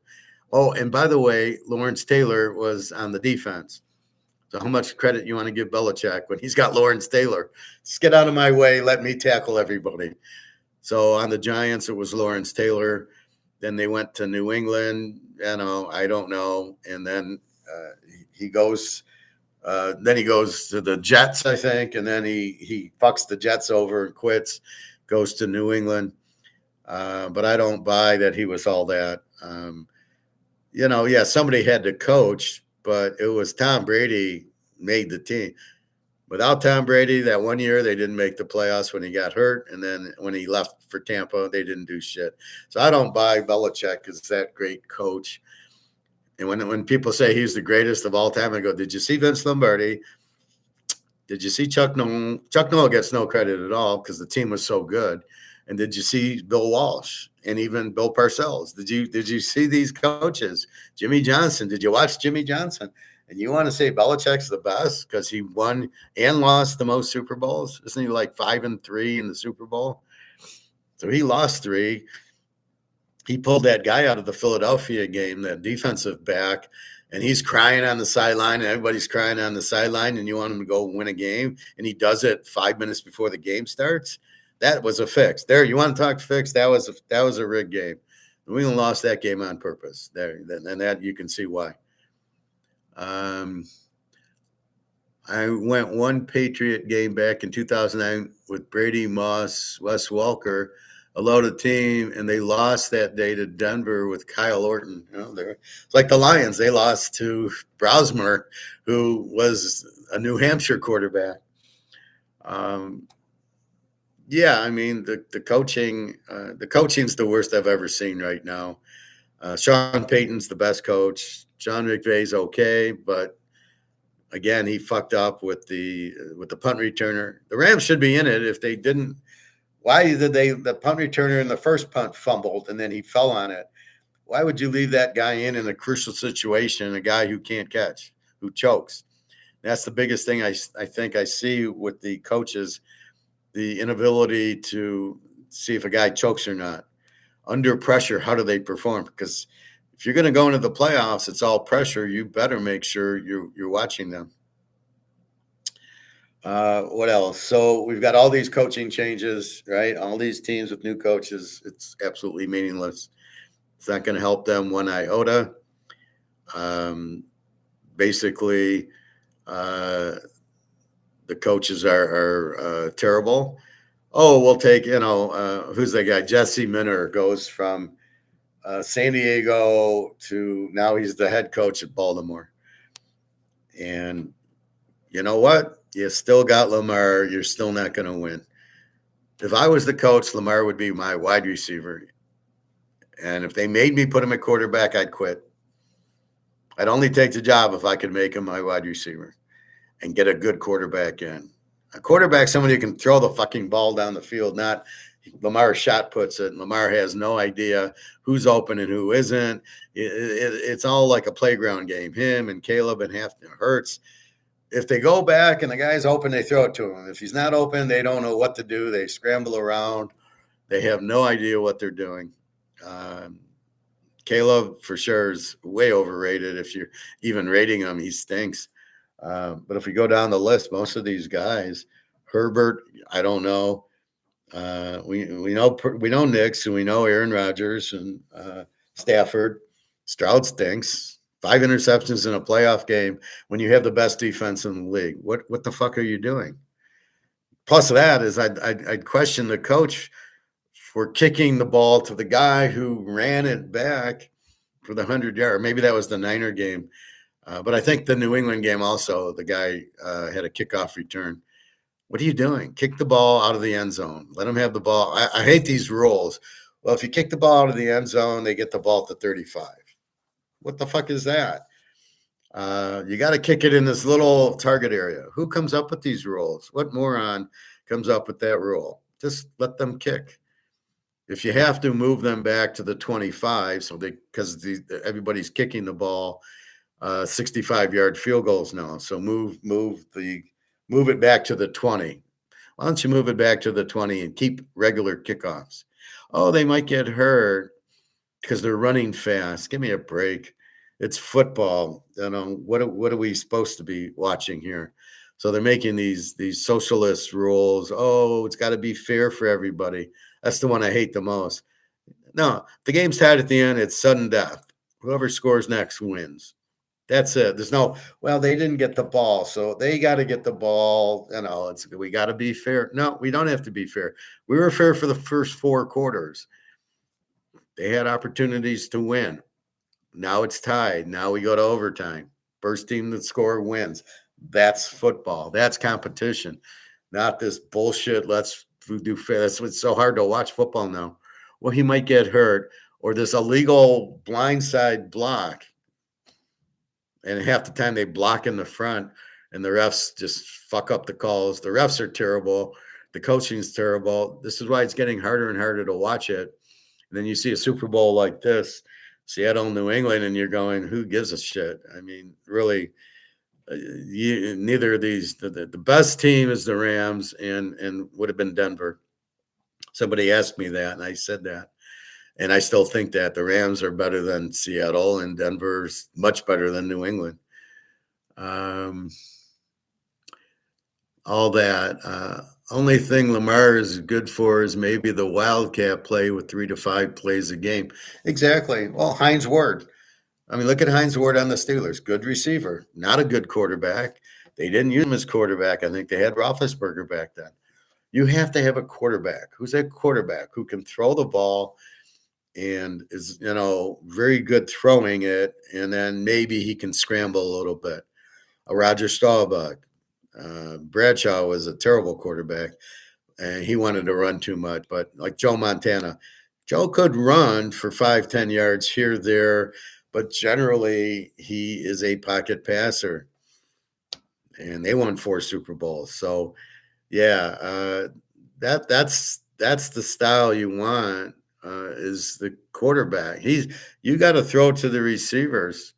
I mean, you look at Super Bowl 3 and Earl Morrall, man, that guy had his head up his ass so far, but he was paid off. That was a fixed game. And he threw all those turnovers in the red zone. Was like, seriously? let's throw a high throw to the tight end and it ricochets and it's picked off in the end zone. Yeah, that didn't look fake. Or the play just before half, the throwback to the quarterback and the receiver's wide open as the primary target and he doesn't throw to him. Yeah, that game wasn't fixed. That's how you know a fixed game. But Earl Morrall was terrible.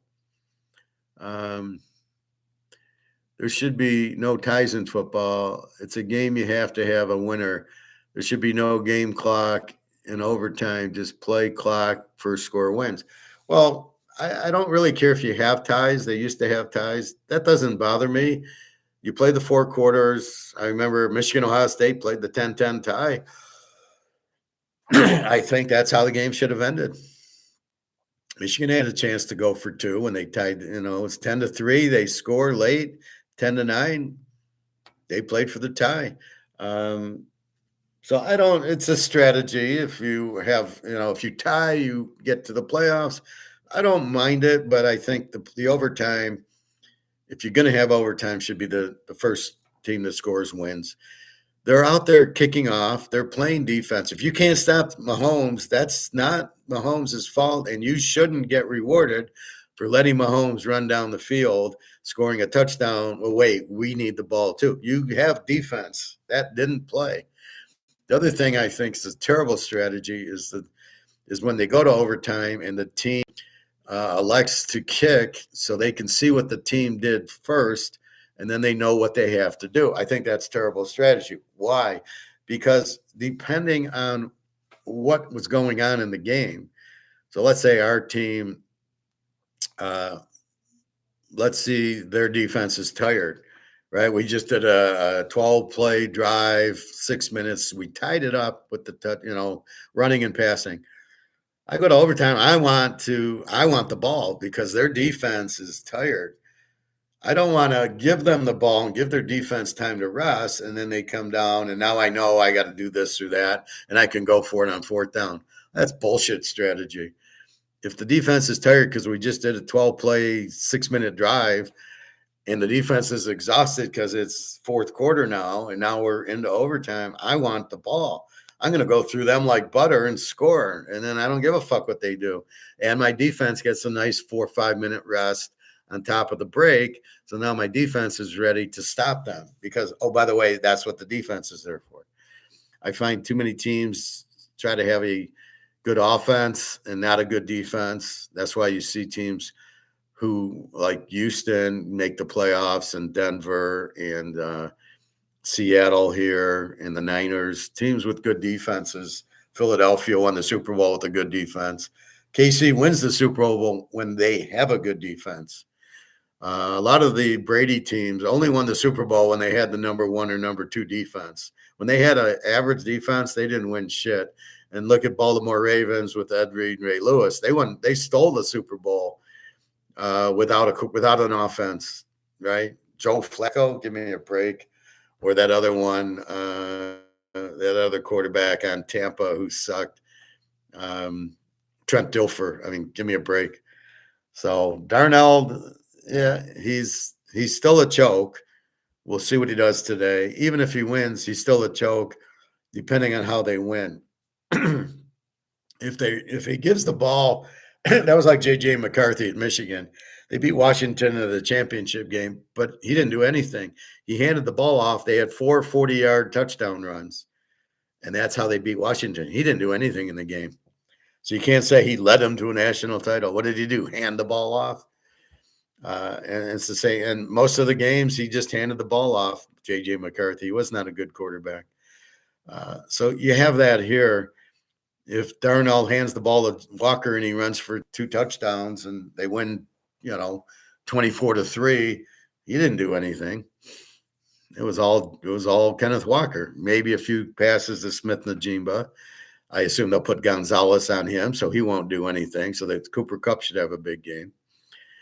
And that's it. And Drake May's going to want to run, and his offensive line's a little dinged up, and he's not going to have time.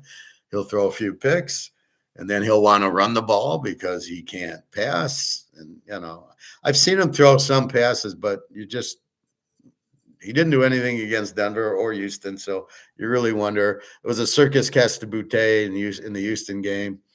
Pure luck. He overthrew him. It wasn't a good pass. Boutte made a good catch. So we'll see. So again, all these coaches coming over and, I'll take this offensive coordinator and that. Why would you take the Miami defensive coordinator and make him your defensive coordinator? I don't know. What is the big deal about the Miami coach being the offensive coordinator for San Diego? He doesn't show anything. Was it McDaniels, or whatever? He was the tall boy for the Niners. He doesn't, he did. He was under the Shanahan tree. Yeah, the Shanahan tree has no leaves. Give me a break there. So all teams are doing it. Oh yeah, you coached under Sean McVay. We'll take you.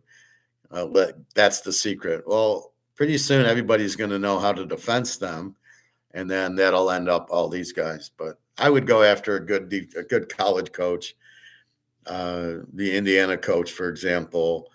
I wouldn't take Day at Ohio State. He stinks. I would take DeBoer at the Alabama. He's a good offensive coach. He's not a good coach.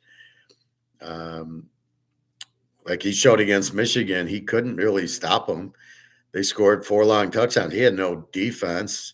He was good at offense. He made Penix a superstar. So I'm glad Atlanta finally got rid of their coach. I thought it was killing them.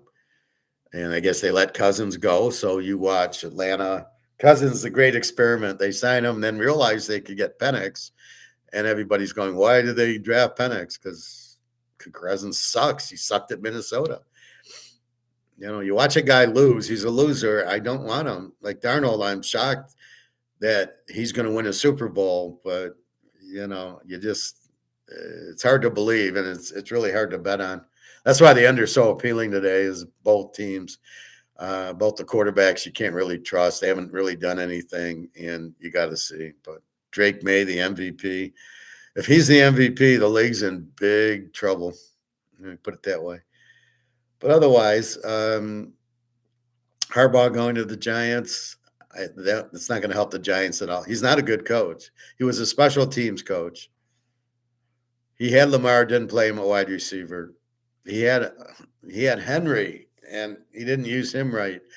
I just found that he was a terrible coach, as is Jim Harbaugh. He's a cheater, and I don't find he's all that good. He struggled to beat Ohio State for the first 10 years, and then he finally cheated to win. And, San Diego, he had no offense. He didn't draft Brock Bowers. Bad decision on Marion Hampton. What's with these North Carolina guys? Mitch Trubisky, yeah. So the Bears kind of show you what to do when you get a Ben Johnson. I don't know that they were that good. They won a lot of games in the fourth quarter running the ball. They beat Philadelphia running the ball.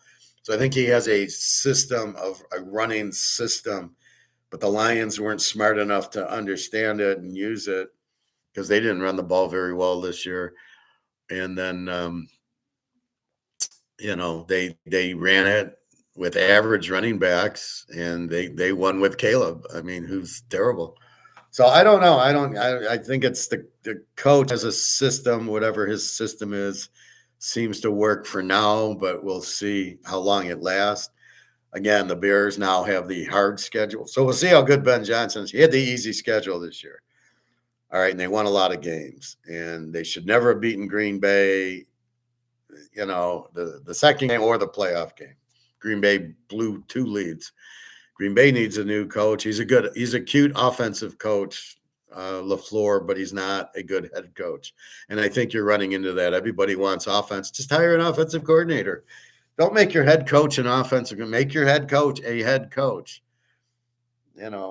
Bill Walsh was smart enough. Yes, he had the great offense, but he was smart enough to draft Ronnie Lott and get Hacksaw Reynolds and Charles Haley and all these guys. He was smart enough to get good defense, and he had George Seifert as his defensive coach. So you want a good head coach who knows how to win. You're not getting that. All right. What else? No, I don't mind ties, but that's it. All right. So that's football pretty much. I can't watch basketball. It's too stupid. And hockey. As far as baseball, really boring. So the Tigers lose the arbitration, and they got to pay Skubal $32 million. As I said, I wouldn't play him. I'd sit him on the bench. You don't want to be here? Go fuck off. And I would trade him. I just release him because it frees up money for me. Nobody's going to trade anything for me because that's not what baseball is anymore. There's really no trades. I can't get Barry Bonds for him. I can't get Roger Clemens for him. They're all free agents. So I would let him go, free up my 32 million, and then go buy some free agents that I could have that want to play for me. It's like dating a girl and she doesn't want to be with you, but she likes your money, right? We all have had that. So if she doesn't want to be with me, then go fuck off. Then don't be with me. I'll find a girl who wants to be with me. And that's what should happen. So I don't really get this bullshit with that. So you got to be careful. That's my point. So I would just let Scooble go, free up the money, and go buy some free agents. You need a couple of bats. You got a lot of players. They keep talking about this guy in the minor leagues. He's a minor leaguer. Sorry, I don't care if he's the number 1 or number 100 minor leaguer. He's a minor leaguer. If he's any good, he'd be in the pros, but he's not. He's in the minor leagues, so you can't say he's any good. If he is, then bring him up. Let's see what he looks like. But I doubt he's any good, or he wouldn't be in the minor leagues. Example: Al Kaline played this many innings in the minor leagues. Mantle played about, had a cup of coffee in Oklahoma, and then he was on the Yankees. The real good players don't play in the minor leagues, period. Very, very little. This guy's been there like 2 years now. He's the number 1 prospect. That's like the number 1 team in college football. It's meaningless. Texas was the number 1 team in college football. They didn't even make the playoffs. They really weren't the number 1 seed. That was based on Arch Manning having a big game. Yeah, okay. If he's the number 1 pick, we're going to bet heavy against Arch Manning. He's terrible. He's another one of these, I'll run the ball because I'm too stupid to throw it and read a defense. Anyway, I think that's sports pretty much. The best teams win with defense, not offense. I got a call, another one of these Ponzi scheme calls, scam calls. And the guy wants to put me on NBC because he watched my video or whatever. And he says, well, there's 4 people to pick. And if you're selected, well, of course I'm going to be selected because he wanted 20 grand to market me. But then if I go on these shows, I get 20 grand. I says, no. I don't pay you to market me. You market me because you're going to make money on me. That's fine. But he tried to sell it like, oh, you'll get 20 grand. And then he keeps rumbling on and rumbling on. Oh my God. And then at the end, he's like, well, our service does cost, it'd be 20 grand. I don't have 20 grand to pay you. I don't even know who you are. And if I'm that good, why am I paying you to market me? And it's another Ponzi scheme. They kept, whenever you hear, well, there's 4 people and we're only going to choose one of them, just hang up. It's a Ponzi scheme. Because of course they're going to choose you. They're going to choose, who knows if they're talking to 4 people or 40. But all the people they're talking to, are going to be selected. And when you're selected, you're going to actually, it's a scam because they want you to pay, we'll market you. And I'm like, yeah, whatever, fuck off. So, I work for NBC or something. We'll have you on, and we'll put you on tour, and we'll take you here, and he shows me a trailer of somebody else who restores elevators. I'm like, yeah, I don't think so. So just be careful. If you ever get phony calls, these people looking for money, oh, I seen you, and oh yeah, we want you to do this and that. But we got to choose. There's 4 people. I guarantee you I would have been chosen. And, oh, yeah, I got 20 grand sitting around. First of all, I'm not selling an ounce of gold to do this. I don't need to do that. And that's not the point of it. I'm on YouTube every day. If you want to watch me, watch me. That's my promo. That's my marketing. If you want that, fine. Otherwise, go fuck off. I'm not paying 20 grand for you to market me. What is that? All right. So be careful of that. Again, don't worry about gold and silver. Again, it's physical that we're worried about, not paper. So we don't care when they're doing margin calls. If you understand what happened, they did margin calls, which they should have because the price was going up and they had to raise margin calls. I don't know what these new margin calls were. Then we got Basel III on Monday, supposedly. I have no idea. This is an AI that's calling for $29, $30 silver. That was that Mr. Wonderful tape I showed you, Paul Orndorff, where he did the same thing. He says, well, silver is 28, 29. If it goes to 32, it's a long way to go to make you money. Dude, it's at 90 at the time. So you got to be careful. A lot of these are AI. They're there for emotion. They're not educational. The only educational ones are the ones I show you. Mark McGuire, Egon, and me is who you should be watching to see what's going on. Now, I'm on every day to keep you up to date. Mark McGuire is on every Friday, but it's a Wednesday show. It's not even a live show. And, so he was smart enough to start the show with what happened this week. The Friday, Monday, all the crashing. So it was unusual. He did give us about 20 minutes of what happened. Following then, he had the interview with some guy. So he'll be on next Friday with what's going on. And Egon, and it's all the same. It's wealth preservation, which what he means by that. Wealth preservation is the dollar's collapsing, so you get out of the dollar and you go into lifeboats, gold and silver, which is why I use Titanic. That is what he's talking about. These other people, you're going to make money in Bitcoin, you're going to make money in stocks. Just hang up on them and tell them to fuck off. And we happen to be making money in gold and silver, but the real reason is we're getting out of the dollar is the dollar's collapsing. And your only option is the gold and silver. So you're getting into that, and getting out of the dollar is what we're really doing. And even if gold and silver didn't go up, we'd still be way ahead because the dollar is worthless. So remember, now the one thing I do, first of all, it's not debasing the dollar, it's inflating the dollar. The more you print, the less it's worth. That's number one. Number two, the value of the gold and silver is going up. They don't think it's going up. They think it's the dollar going down. That's not true. The dollar's worthless. If gold goes to 5,000 to 6,000 an ounce, it's gold going up. Yes, it does take more dollars to buy the gold, just like it takes more dollars to buy tuna fish. However, the price is set by the market. So why is gold 5,000? Well, it takes $5,000 to buy gold. Okay, gold goes to 6,000. Well, why does it now take $6,000 to buy the gold? Yes, the dollar lost value, but the dollar's already lost all its value. So what really happens is because of demand, the gold price is going up. That's the part that they miss.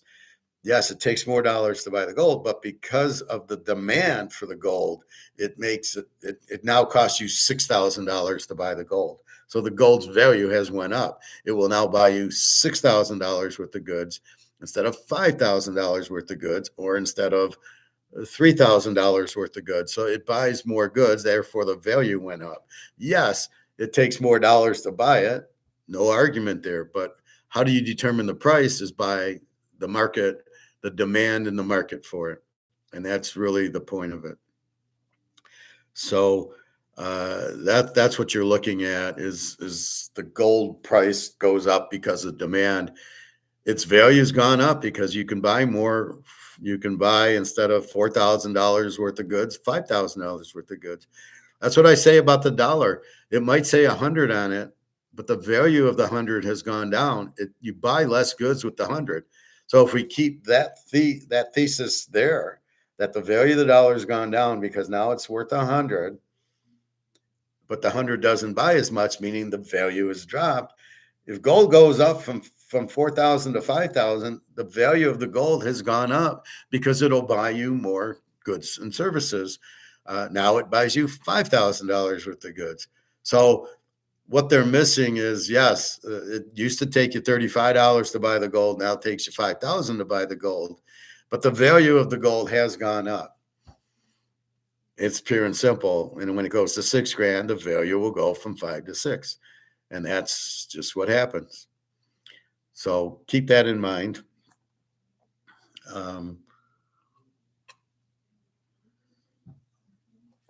That's the point of it. So anyway, I think that's about it. I'll do a class maybe tomorrow on people have asked me, like, how do you pick football, or explaining my site a little bit, because I'll put down like 1577 as my bet, and it's 15 units, and I say the 77 is just for luck, so basically it's 1500, and the 15 units is what I want you to focus on. And so I'm just giving you an approximate bet 1500 if your bankroll is that high. Most people, the bankroll here isn't that high. It might be $150 to bet. And you've got to square up your unit. A 5, 10 unit dollar, a 10 unit bet is X, a 15 unit bet is X, a 25 unit, a lock is X.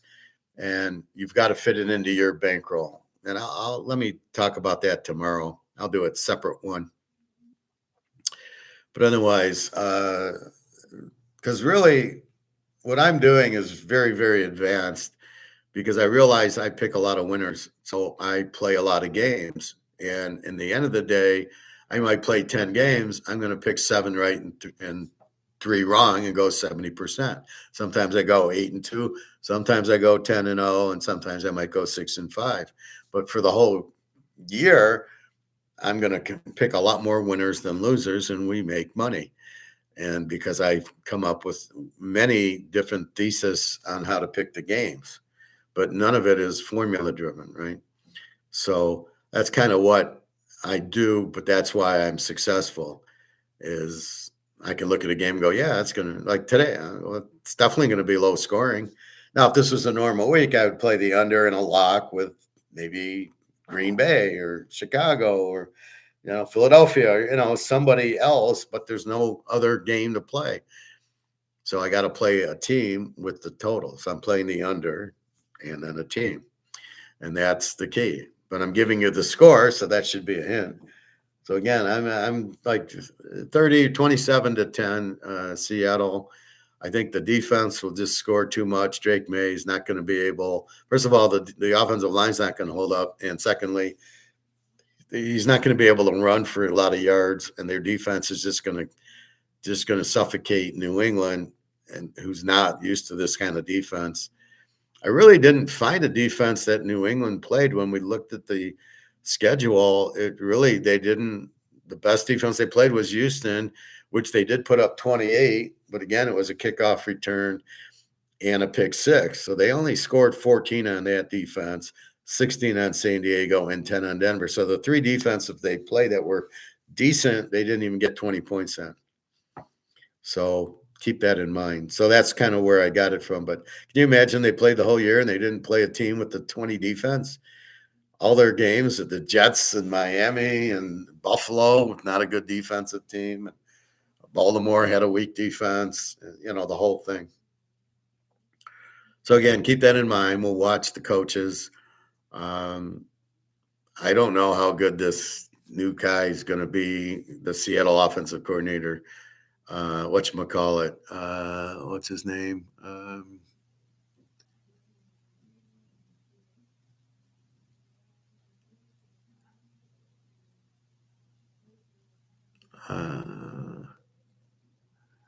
I don't know. Whoever Kubiak, that's his name.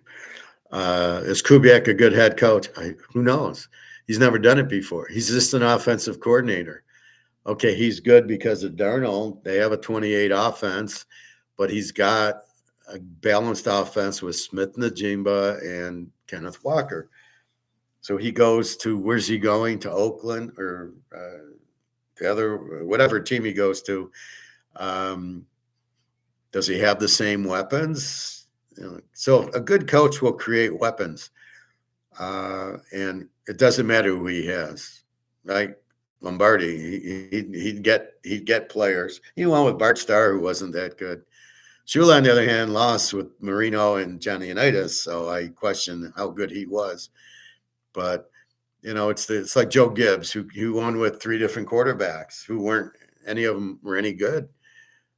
So you wonder about that. You wonder how good that shows you how good a coach Joe Gibbs was. Parcells, he won with Phil Simms and Hostetler, who both quarterbacks were terrible. Well, I didn't mind Hostetler. Simms was terrible, but he won because of Lawrence Taylor. So he had the star, and then he could win using the star. Hey, we're just going to run the ball. We're going to play Lawrence. We're going to play to Lawrence Taylor. So he was smart enough to do that. And that's where I think most of these coaches are missing the boat, specifically the Houston coach. He's throwing with C.J. Stroud, and you got the number 1 defense in football. I'm sorry, I'd be running 3 plays and punting and letting my defense shut them out. That's how I would have played it if I was Houston. That's it. Okay, you got a pick 6 because Stroud's throwing, and you got a kick return. Okay. So maybe kick the ball through the end zone because that's the only way you're going to lose, and don't let Stroud throw the ball. Even after 4 interceptions, he's still throwing the ball. That's a bad coach. So the good coaches understand their strengths and weakness. I think McVay understands. Stafford, Pukanuka, and Sean Payton understands. Bo Nix, we can run a little bit. We got decent receivers, nothing good, but we got a killer defense.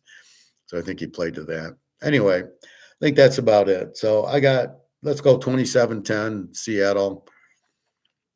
We probably won't watch the 4th quarter because it'll probably be over by then. But again, it doesn't start till 6:30, and by then the market might be open. I don't know about this Basel III, if it's real or not, tomorrow, because her silver was at $28 an ounce. So I'm questioning if this was real or not.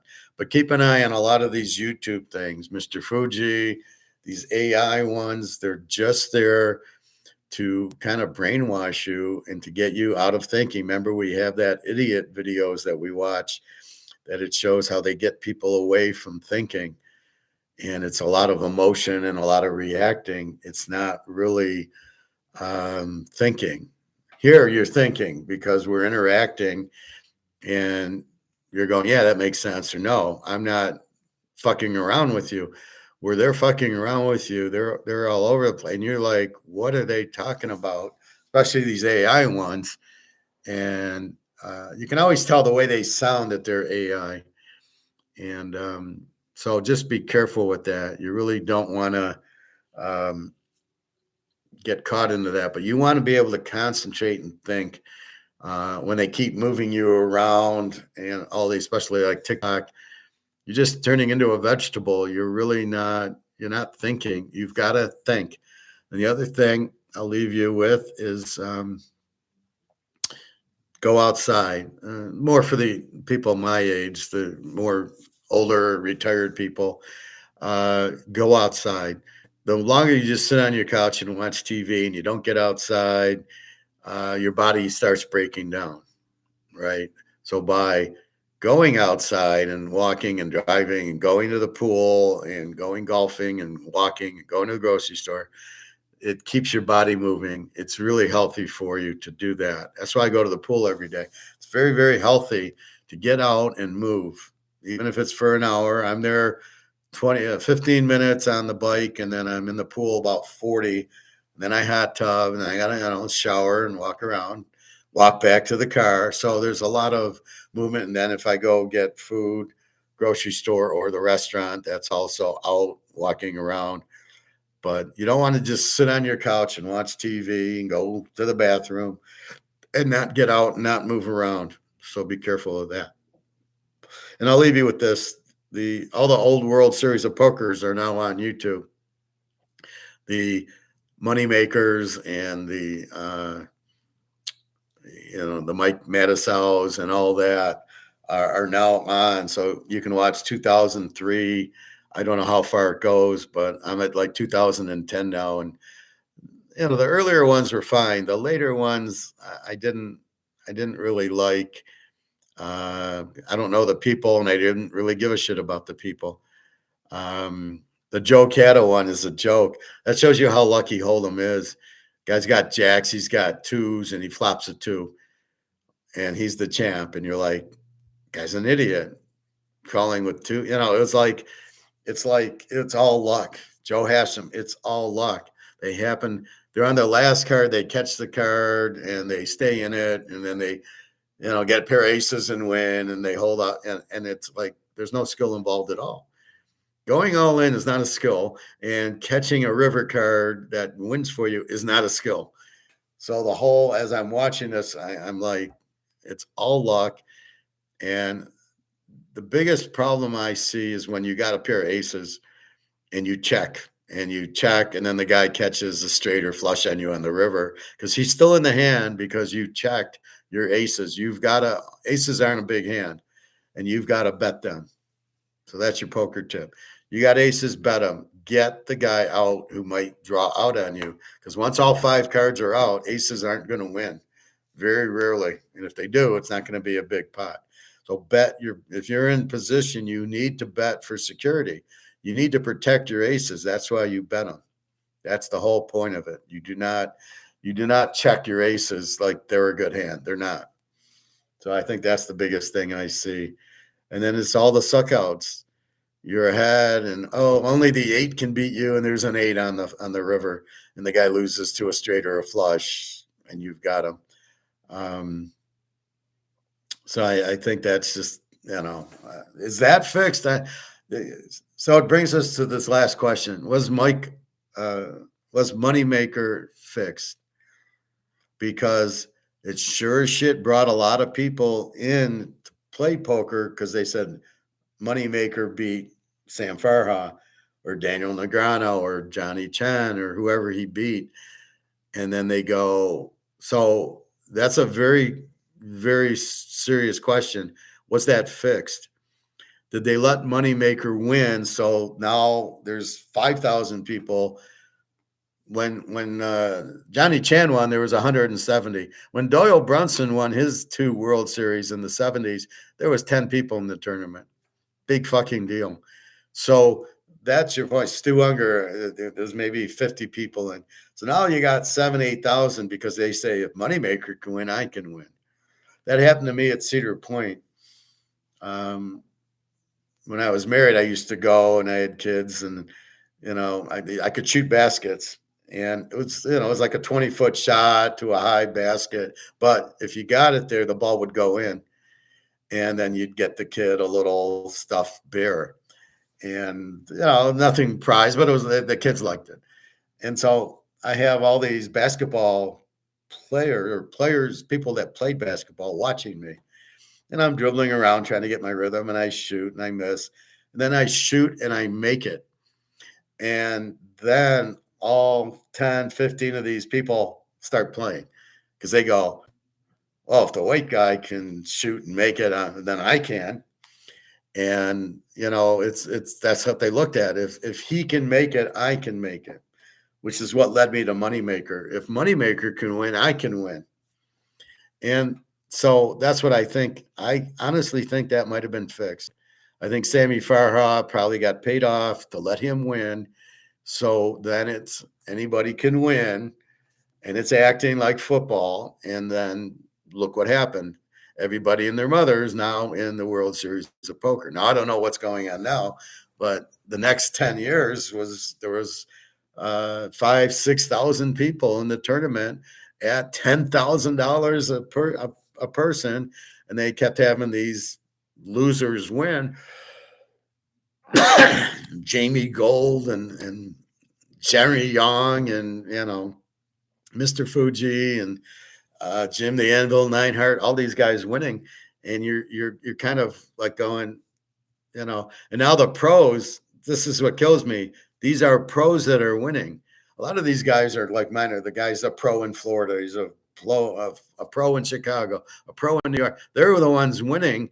These are pros. And then the Daniel Negreanos and guys are like, well, a pro hasn't won in years. No, a pro wins every year, basically.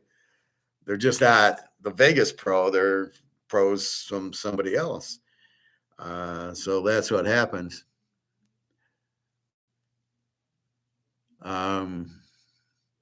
They're rigged, those games too. Carnival games are rigged. No, I'm not talking about that. No, I'm just saying the Carnival game was not rigged. Remember that guy that was getting the hands all his opponents had on his phone? No, I don't remember that. But it wouldn't that was probably more on online poker. I know, I think it was Phil Hellmuth or Phil Ivey was cheating, where they could run the script and see everybody's hands. That's why I don't play online. I don't do anything online except for this because it's, I watch YouTubes and a few other sites, pay my bills or stuff like that. But I try to stay offline as much as I can because they're tracking your phone. So yes, I know the Carnival games are rigged, but not that one. That was my point. Everybody thought it was rigged, but when I made the shot, that proved it wasn't rigged. It proved you could make the shot.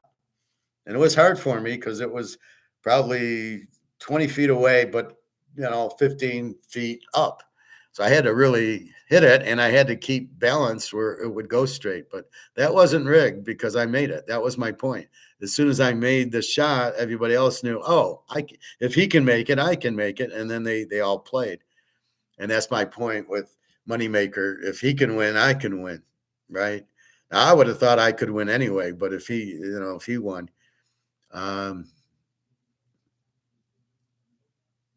Remember that guy that was a casino tournament. Maybe I remember that.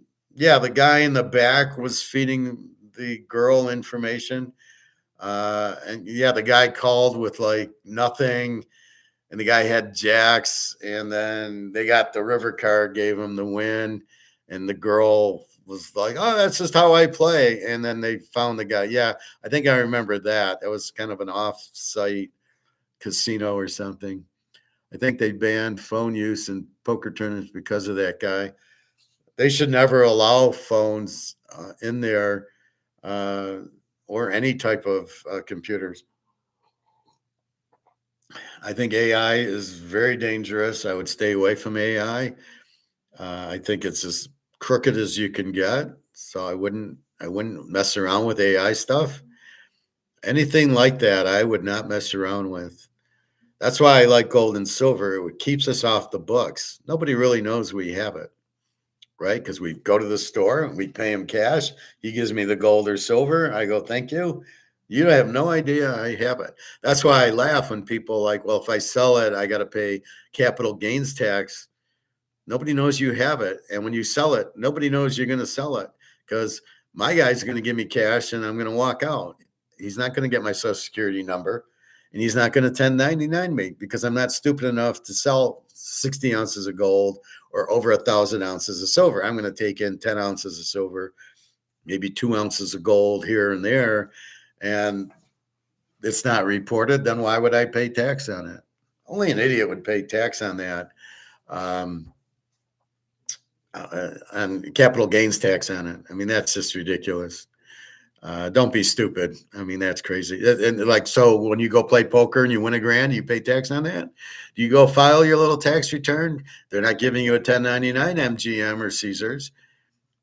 I know when I won my football, I won like $6,000. I didn't get a 1099. I did not report it on my taxes. I also had gambling losses that you don't report. But no, it's only if you hit a slot machine and they give you a 1099, you got to put it on your taxes. So I wouldn't run putting my gold and silver I sell on my tax return if I don't get a 1099. That's ridiculous. They banned phone use in poker tournaments. They should just ban phone use in casinos. This guy had someone feeding him when to go in or not. There was a girl who was playing, and there would be a red light on the camera. I remember this went back and forth. So the guy was back in the production unit, and he could see the cards, and then the red light would flash when to stay in or when to fold. I think all the cards were out, so I think he knew what the other people had, because that came out when the girl called with like nothing. It was like an all-in bet, and she had like King Jack, and she called. That's what it was. Like the guy was on a straight draw or something, and he missed, so he had like 8 high, and she had like Jack or Queen high, and the guy made a big bet, and she called with nothing. And they're like, "How can you call with nothing? How can you call with Jack high a big bet? Are you insane?" And that's how they got caught, because uh, you never would have called with that hand. You would have folded, right? You don't call a hand with Jack high a big bet. You're not seeing a big bet with Jack high. So I think that's what it was. But yeah, you got to be careful. And they were televising it. They would televise the event. So you got to be very careful where you pay. You got to be careful of teams when you play poker. So in this World Series of Poker, I don't know, I think it was 2010 or 9, the one Joe Chieta won. He's terrible. I'd love to play that guy. What an idiot. Anyway, Jeff Showman and Phil Ivey were playing teams. They wouldn't go against each other, and they obviously had it, or they were like friends. They probably just split the winnings. So whatever I win and whatever you win, we'll split. Is probably what happened. So, and then probably until it got heads up, and then they would play real, but they never got there, because Joe Cotta called jacks with 2s, and he flopped the third 2. Yeah, what a great player that. No luck involved at all there. Yeah, it's all skill. Okay. John C. TK, are the slot machines badly rigged? I think they pay out 5%. What you think? Yeah, they're all, anything that is controlled by the computer is rigged, because they set it, they program it. That's why you want live dealers, and that's why they don't want you to have live dealers. Now, not that the live dealer can't screw you, but the programs will screw you. Video poker, video blackjack, slot machines, they're rigged to come out and pay you. They pay out 95% of the time and crap like that. But that's why you want a dealer, right? So you get a hot blonde dealing, and then you make sure you bet for her. Yeah, I got $50 out there and $5 for you. Because if it's $5 for the dealer, and the dealer's not going to fuck you over, because they want their tip. And then if you keep winning, you raise the bet. Now, for sure, if she can motivate the decks, you're going to get blackjack. She's not going to lose her tip. That's a lot. The tips are good. So that's what So you always want live. That's why poker, that's the biggest reason I play poker, besides being very good at it, is I'm not playing the house. I'm playing 6 other idiots, and the dealer's live. So she's going to give me that, and you do tip the dealer. But that's why you play that. There's no house edge. The house edge in blackjack's getting terrible. The odds have changed. Craps, the odds have changed. Baccarat, roulette, they changed the odds. And, probably the biggest attraction to playing in the casino is there's no tax. You walk away, you win 10 grand at craps. You don't pay tax on it. It's hard to win, but if you win, there's no tax. You just cash your chips in, they give you the money, and off you go. And if they do 1099, you cash 5,000 in here and 5,000 in there, and cash your 10,000 like that, if you're worried about that. And then you keep the safe at home. You don't really trust the banks. The banks are all in trouble now. Do not trust your bank. If you got 100 grand in the bank, you better take it out if you can, because they're gonna take it, and they're not gonna, just like all this gold and silver that crashed because of the banks doing these margin calls, you better be careful. We all watched Attack on Wall Street. I show you, and all of a sudden his 60,000 is worthless. Fuck the customers. We got to protect. Don't forget that. So be very, very careful to have any money in the bank, and especially your gold and silver should not be in safety deposit boxes in a bank. It's got to be in some safe place that's not a bank or not a government office, because you'll never get it out. I'm trying to protect you. That's all I can say about it.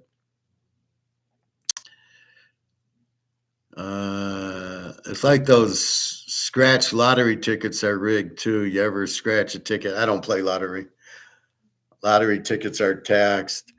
No, I don't think so. I think if you win the lottery and you win $1 million, you're taxed. Just like slot machines. If you win the big slot machine, you're going to get taxed. If you just win a regular slot machine for $1,000, you're not getting taxed. And if you win the lottery for a couple $1,000s, you're not getting taxed. You're just getting taxed on a certain limit. Yeah, if you win 25,000, you're probably going to get a 1099 for it. But you can offset it by lottery losing. So you look for losing tickets, although it's harder now. But you used to do that at the casino. If you hit a horse race and you made $25,000 on it, you would look for losing tickets and say, well, I lost all this money. And if you lost 25 grand, you wouldn't owe anything. So you'd win 25 grand, but I lost. It's just funny how it's one-sided. If you were to lose 5,000, you don't get a tax break.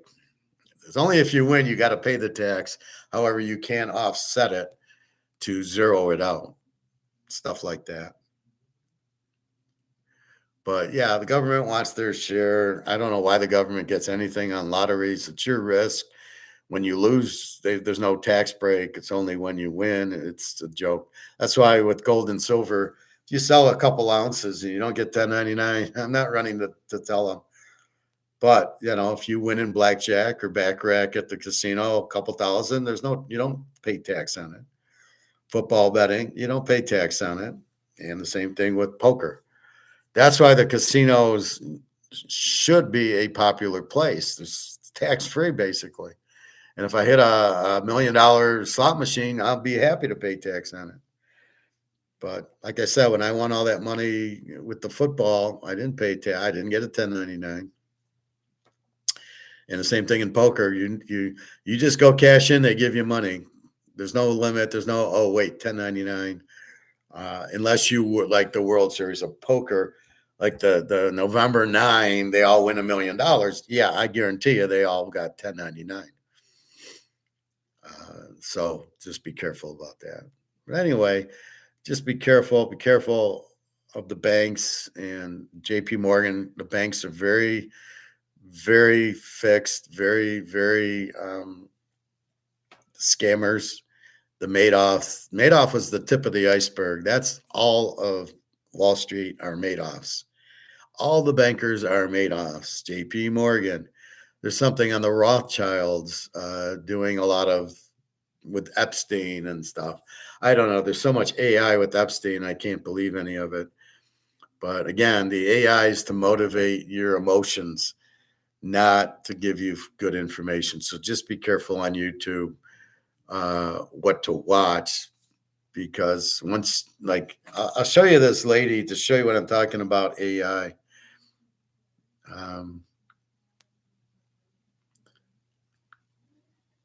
So if we listen to the way she talks, I'll point out the AI. The system is built on a web of counterparty risk. If one major player fails, the chain snaps. The BIS acts as the architect of this reset. They are not trying to save the current casino-style market. They are preparing for the next system, one backed by real assets. They are quietly changing the rules so that the only survivors are those holding physical value. So what should you do? This is the question everyone asks. The window for action is closing rapidly. If you do not own physical silver or gold, the source material suggests immediate action. Not paper ETFs like SLV or GLD, but actual possession. By the time the mainstream media acknowledges the crisis on Monday or Tuesday, dealer inventory will be gone, and premiums will be. So you hear the way she talks, and then there's little, you can see how they're editing things in. But when she screws up the value, silver's at $28, $29 an ounce, it's not real. But you can see the way, you can hear the way she talks, tells you it's AI. Let's see if we can see that when you hear Mark McGuire. AI autopilot algo finds powerful options, trades in under 60 seconds a day, and it has up to a 93%. Pretty much summing up the gold. She said in our last episode that SGE fixes, Chinese fixes, which are steadily undermining the LPMCL's control of foreign exchange silver market pricing, forcing unallocated, diluted local London fixes to actually become deliverable. Now, this is what. So look at the difference between Mark McGuire, who's real, and obviously me, who's real, and the AI people, Mr. Fuji, the Chinese guy, and this woman. They're AI. And there's a bunch of Epstein ones. I'll just take you to those.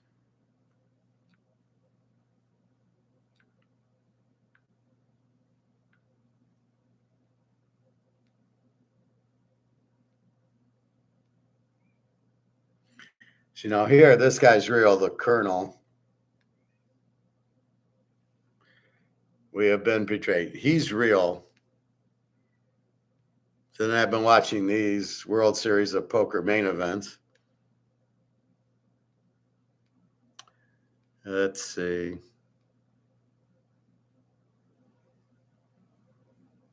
Oh, Mark Ross. Let's watch Mark Ross 710. He makes this. This is unbelievable. But as long as I'm on it, we got to watch it.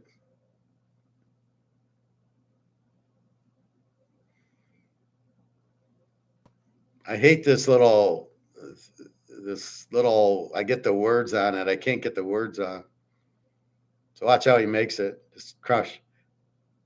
Boom. Kicks the back and makes it. Just unbelievable. And that's why Mark Roth was the best. Like this guy. Now, this guy's totally AI, totally fake. You can't listen to anything. So never watch this guy. He's AI. We don't know what he is.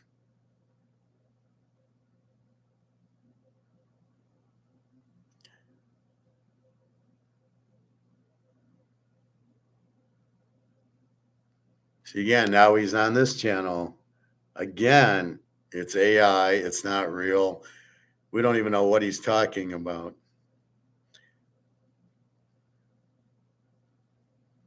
Now he's up as a different guy.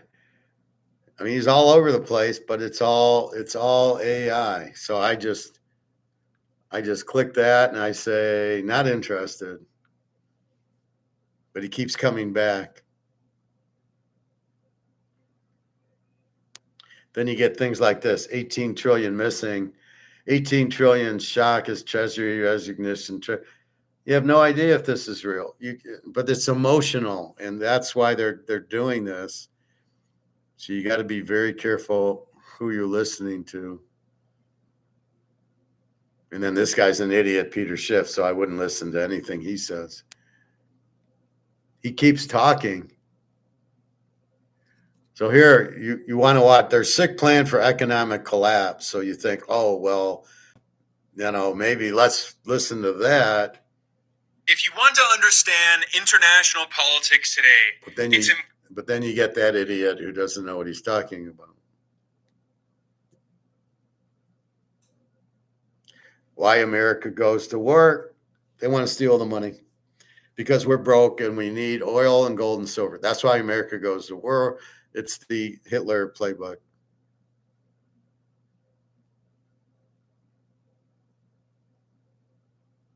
Again, this idiot's on here. Canada's, it's just the headline. Canada's finished. Oh, what happened? And it's all bullshit. So please ignore these AI people.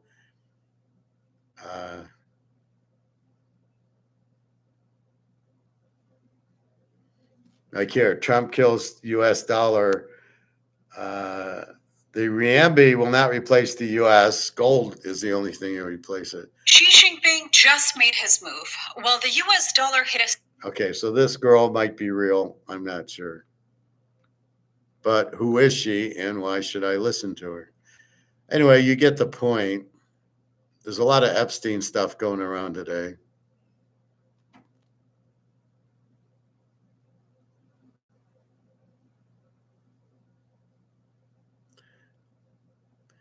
There was this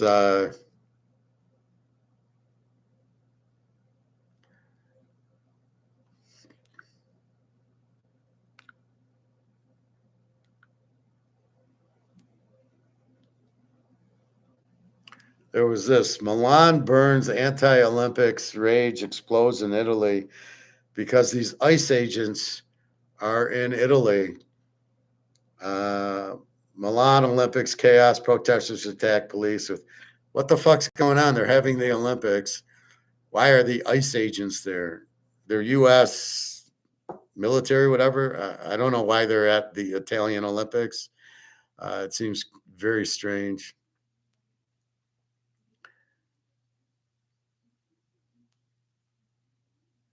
Anyway.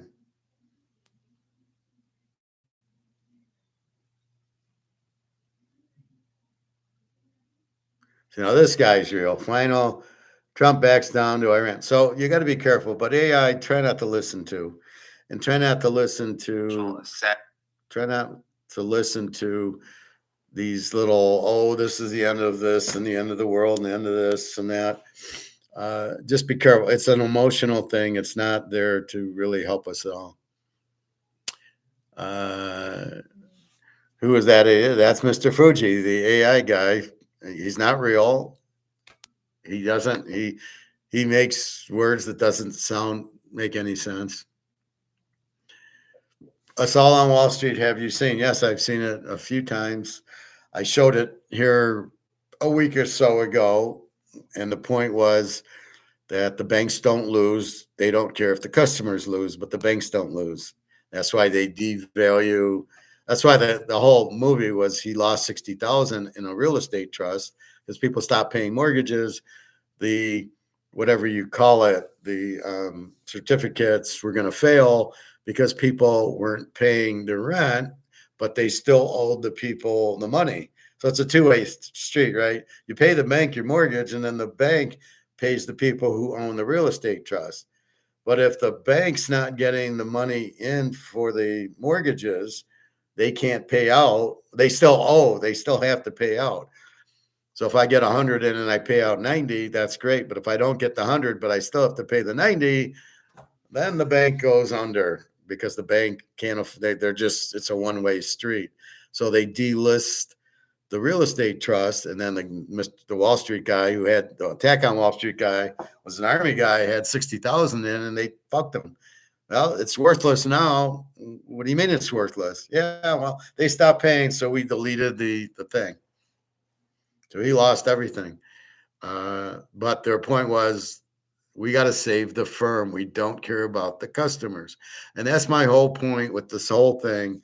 The banks don't care about you. They will bail you in and steal your money because in legal terms, it's their money. So the banks, you have 100 grand in the bank. It's not yours. The 100 grand in the bank is theirs.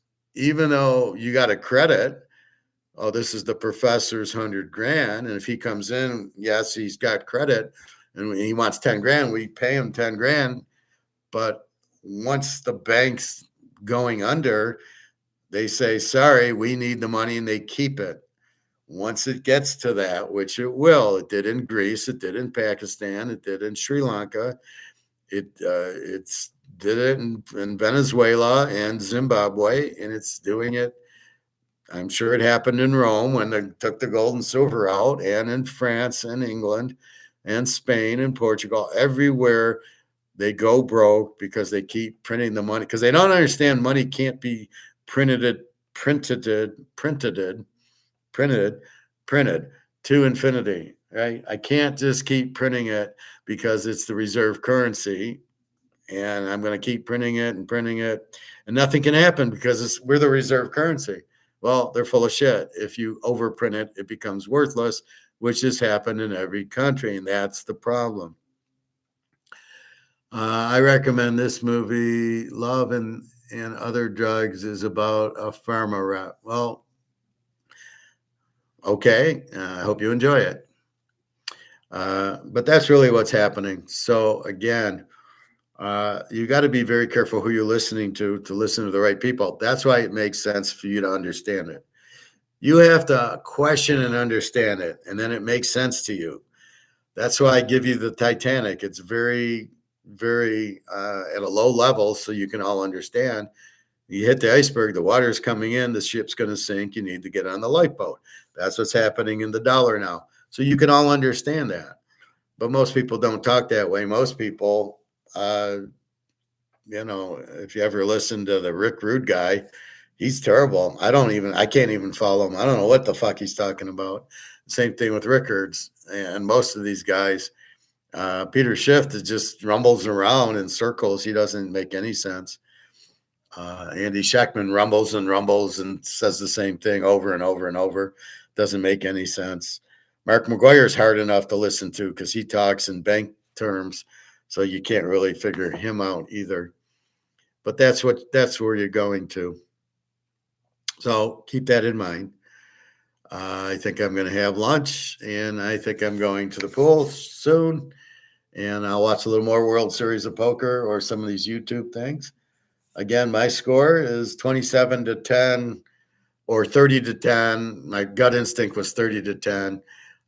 Seattle, their defense will just be too much. Kenneth Walker will be too much. And New England, Drake May's way overrated, as is Darnold. But Darnold did beat the Rams twice and the Niners twice. Give him credit for those. And is he still a choke? Yes.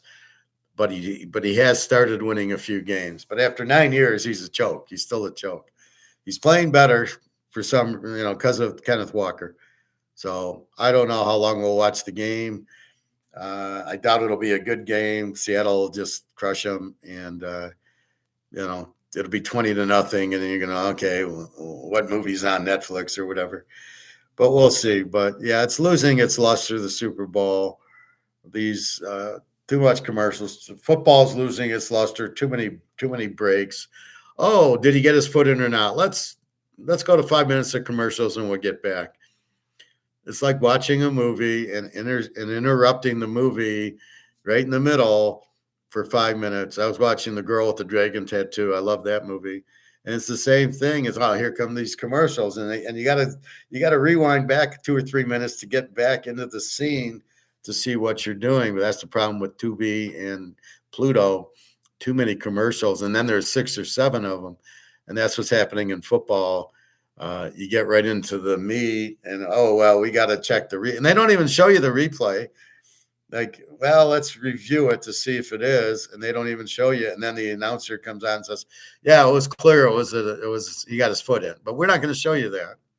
And it's just ridiculous. Football is done. If it wasn't for gambling, nobody would watch football now. Too much socialism. Too much. Well, we've got to have, let's kick off. You got to kick it between the 20 and the end zone, and the guys stand there at the 30-yard line, and it's like you got to. I don't even know what sport I'm watching anymore. You've taken a good sport. It's like you're dating this hot blonde, and then she gains 20 pounds on you, and you're like, yeah, I don't think I'm going to date her anymore. Sorry, but yeah, you look a little chunky. I like that you were thin. Now you're not. Yeah, we'll see you later. Profit. I don't think they'd script 2 blowout Super Bowls in a row here. New England keeps it close and outs out the win later. I don't agree with that. I think they might make it close, but it really shouldn't be. I just don't think New England's going to be able to do anything. What was last year's Super Bowl? That was a blowout. Philadelphia, KC. Yeah. Well, it was a dog winning, but did you think they'd script Mahomes losing by 20? I don't think so. I don't think it's scripted. I think they'll call penalties to maybe if New England's down 17 to get them down 10 to make it close to keep you watching. I think that plays a part, but I don't think that they're going to script it. And I don't see New England winning this game. No, it'll be Seattle. If you start betting like that and thinking like that, you're in big trouble. You can't think, once in a while, like Moneymaker winning, that was scripted, but then the rest of the guys aren't scripted. It brought in 6,000 people instead of 150. That's what Moneymaker did. So you got the Super Bowl III was scripted. Earl Morrall throw 15 interceptions. That was scripted, but not after. The Chiefs beat Minnesota wasn't. And then the Dallas Baltimore and Dallas Miami and Miami. Why? None of those were scripted. I don't think they scripted Garo your premium getting the kick blocked and then throwing it up in the air so the guy could score. I don't think that was scripted. You can script a little bit, but I don't buy that. I get people don't trust a lot, but I don't buy that this game's scripted in any way. I think Seattle wins, and they should win. They're the better team. So anyway, have a good day. Enjoy the game. www.tjking.com. About 6:30. Check your gold and silver prices. But again, they're all paper. We're waiting for the physical, which is 10 times higher. So don't be too concerned. I'm really not concerned with either. Is this Basel III taking effect tomorrow and silver's price is going to go up because they need it? We'll see tomorrow. I'm not worried about it. Again, the key's holding physical. Using money, there's no trail. Nobody knows I have it. And when I sell it, nobody knows I sold it. And I'm not paying no capital gains tax because nobody even knows I sold it. Profit. The NFL can legally script any game they want because of their classification. I don't know about that. I think if it's scripted, I don't think they'd have an audience. I don't buy that. And I don't know that it's called sports entertainment. The only reason Vince McMahon did it was for tax purposes.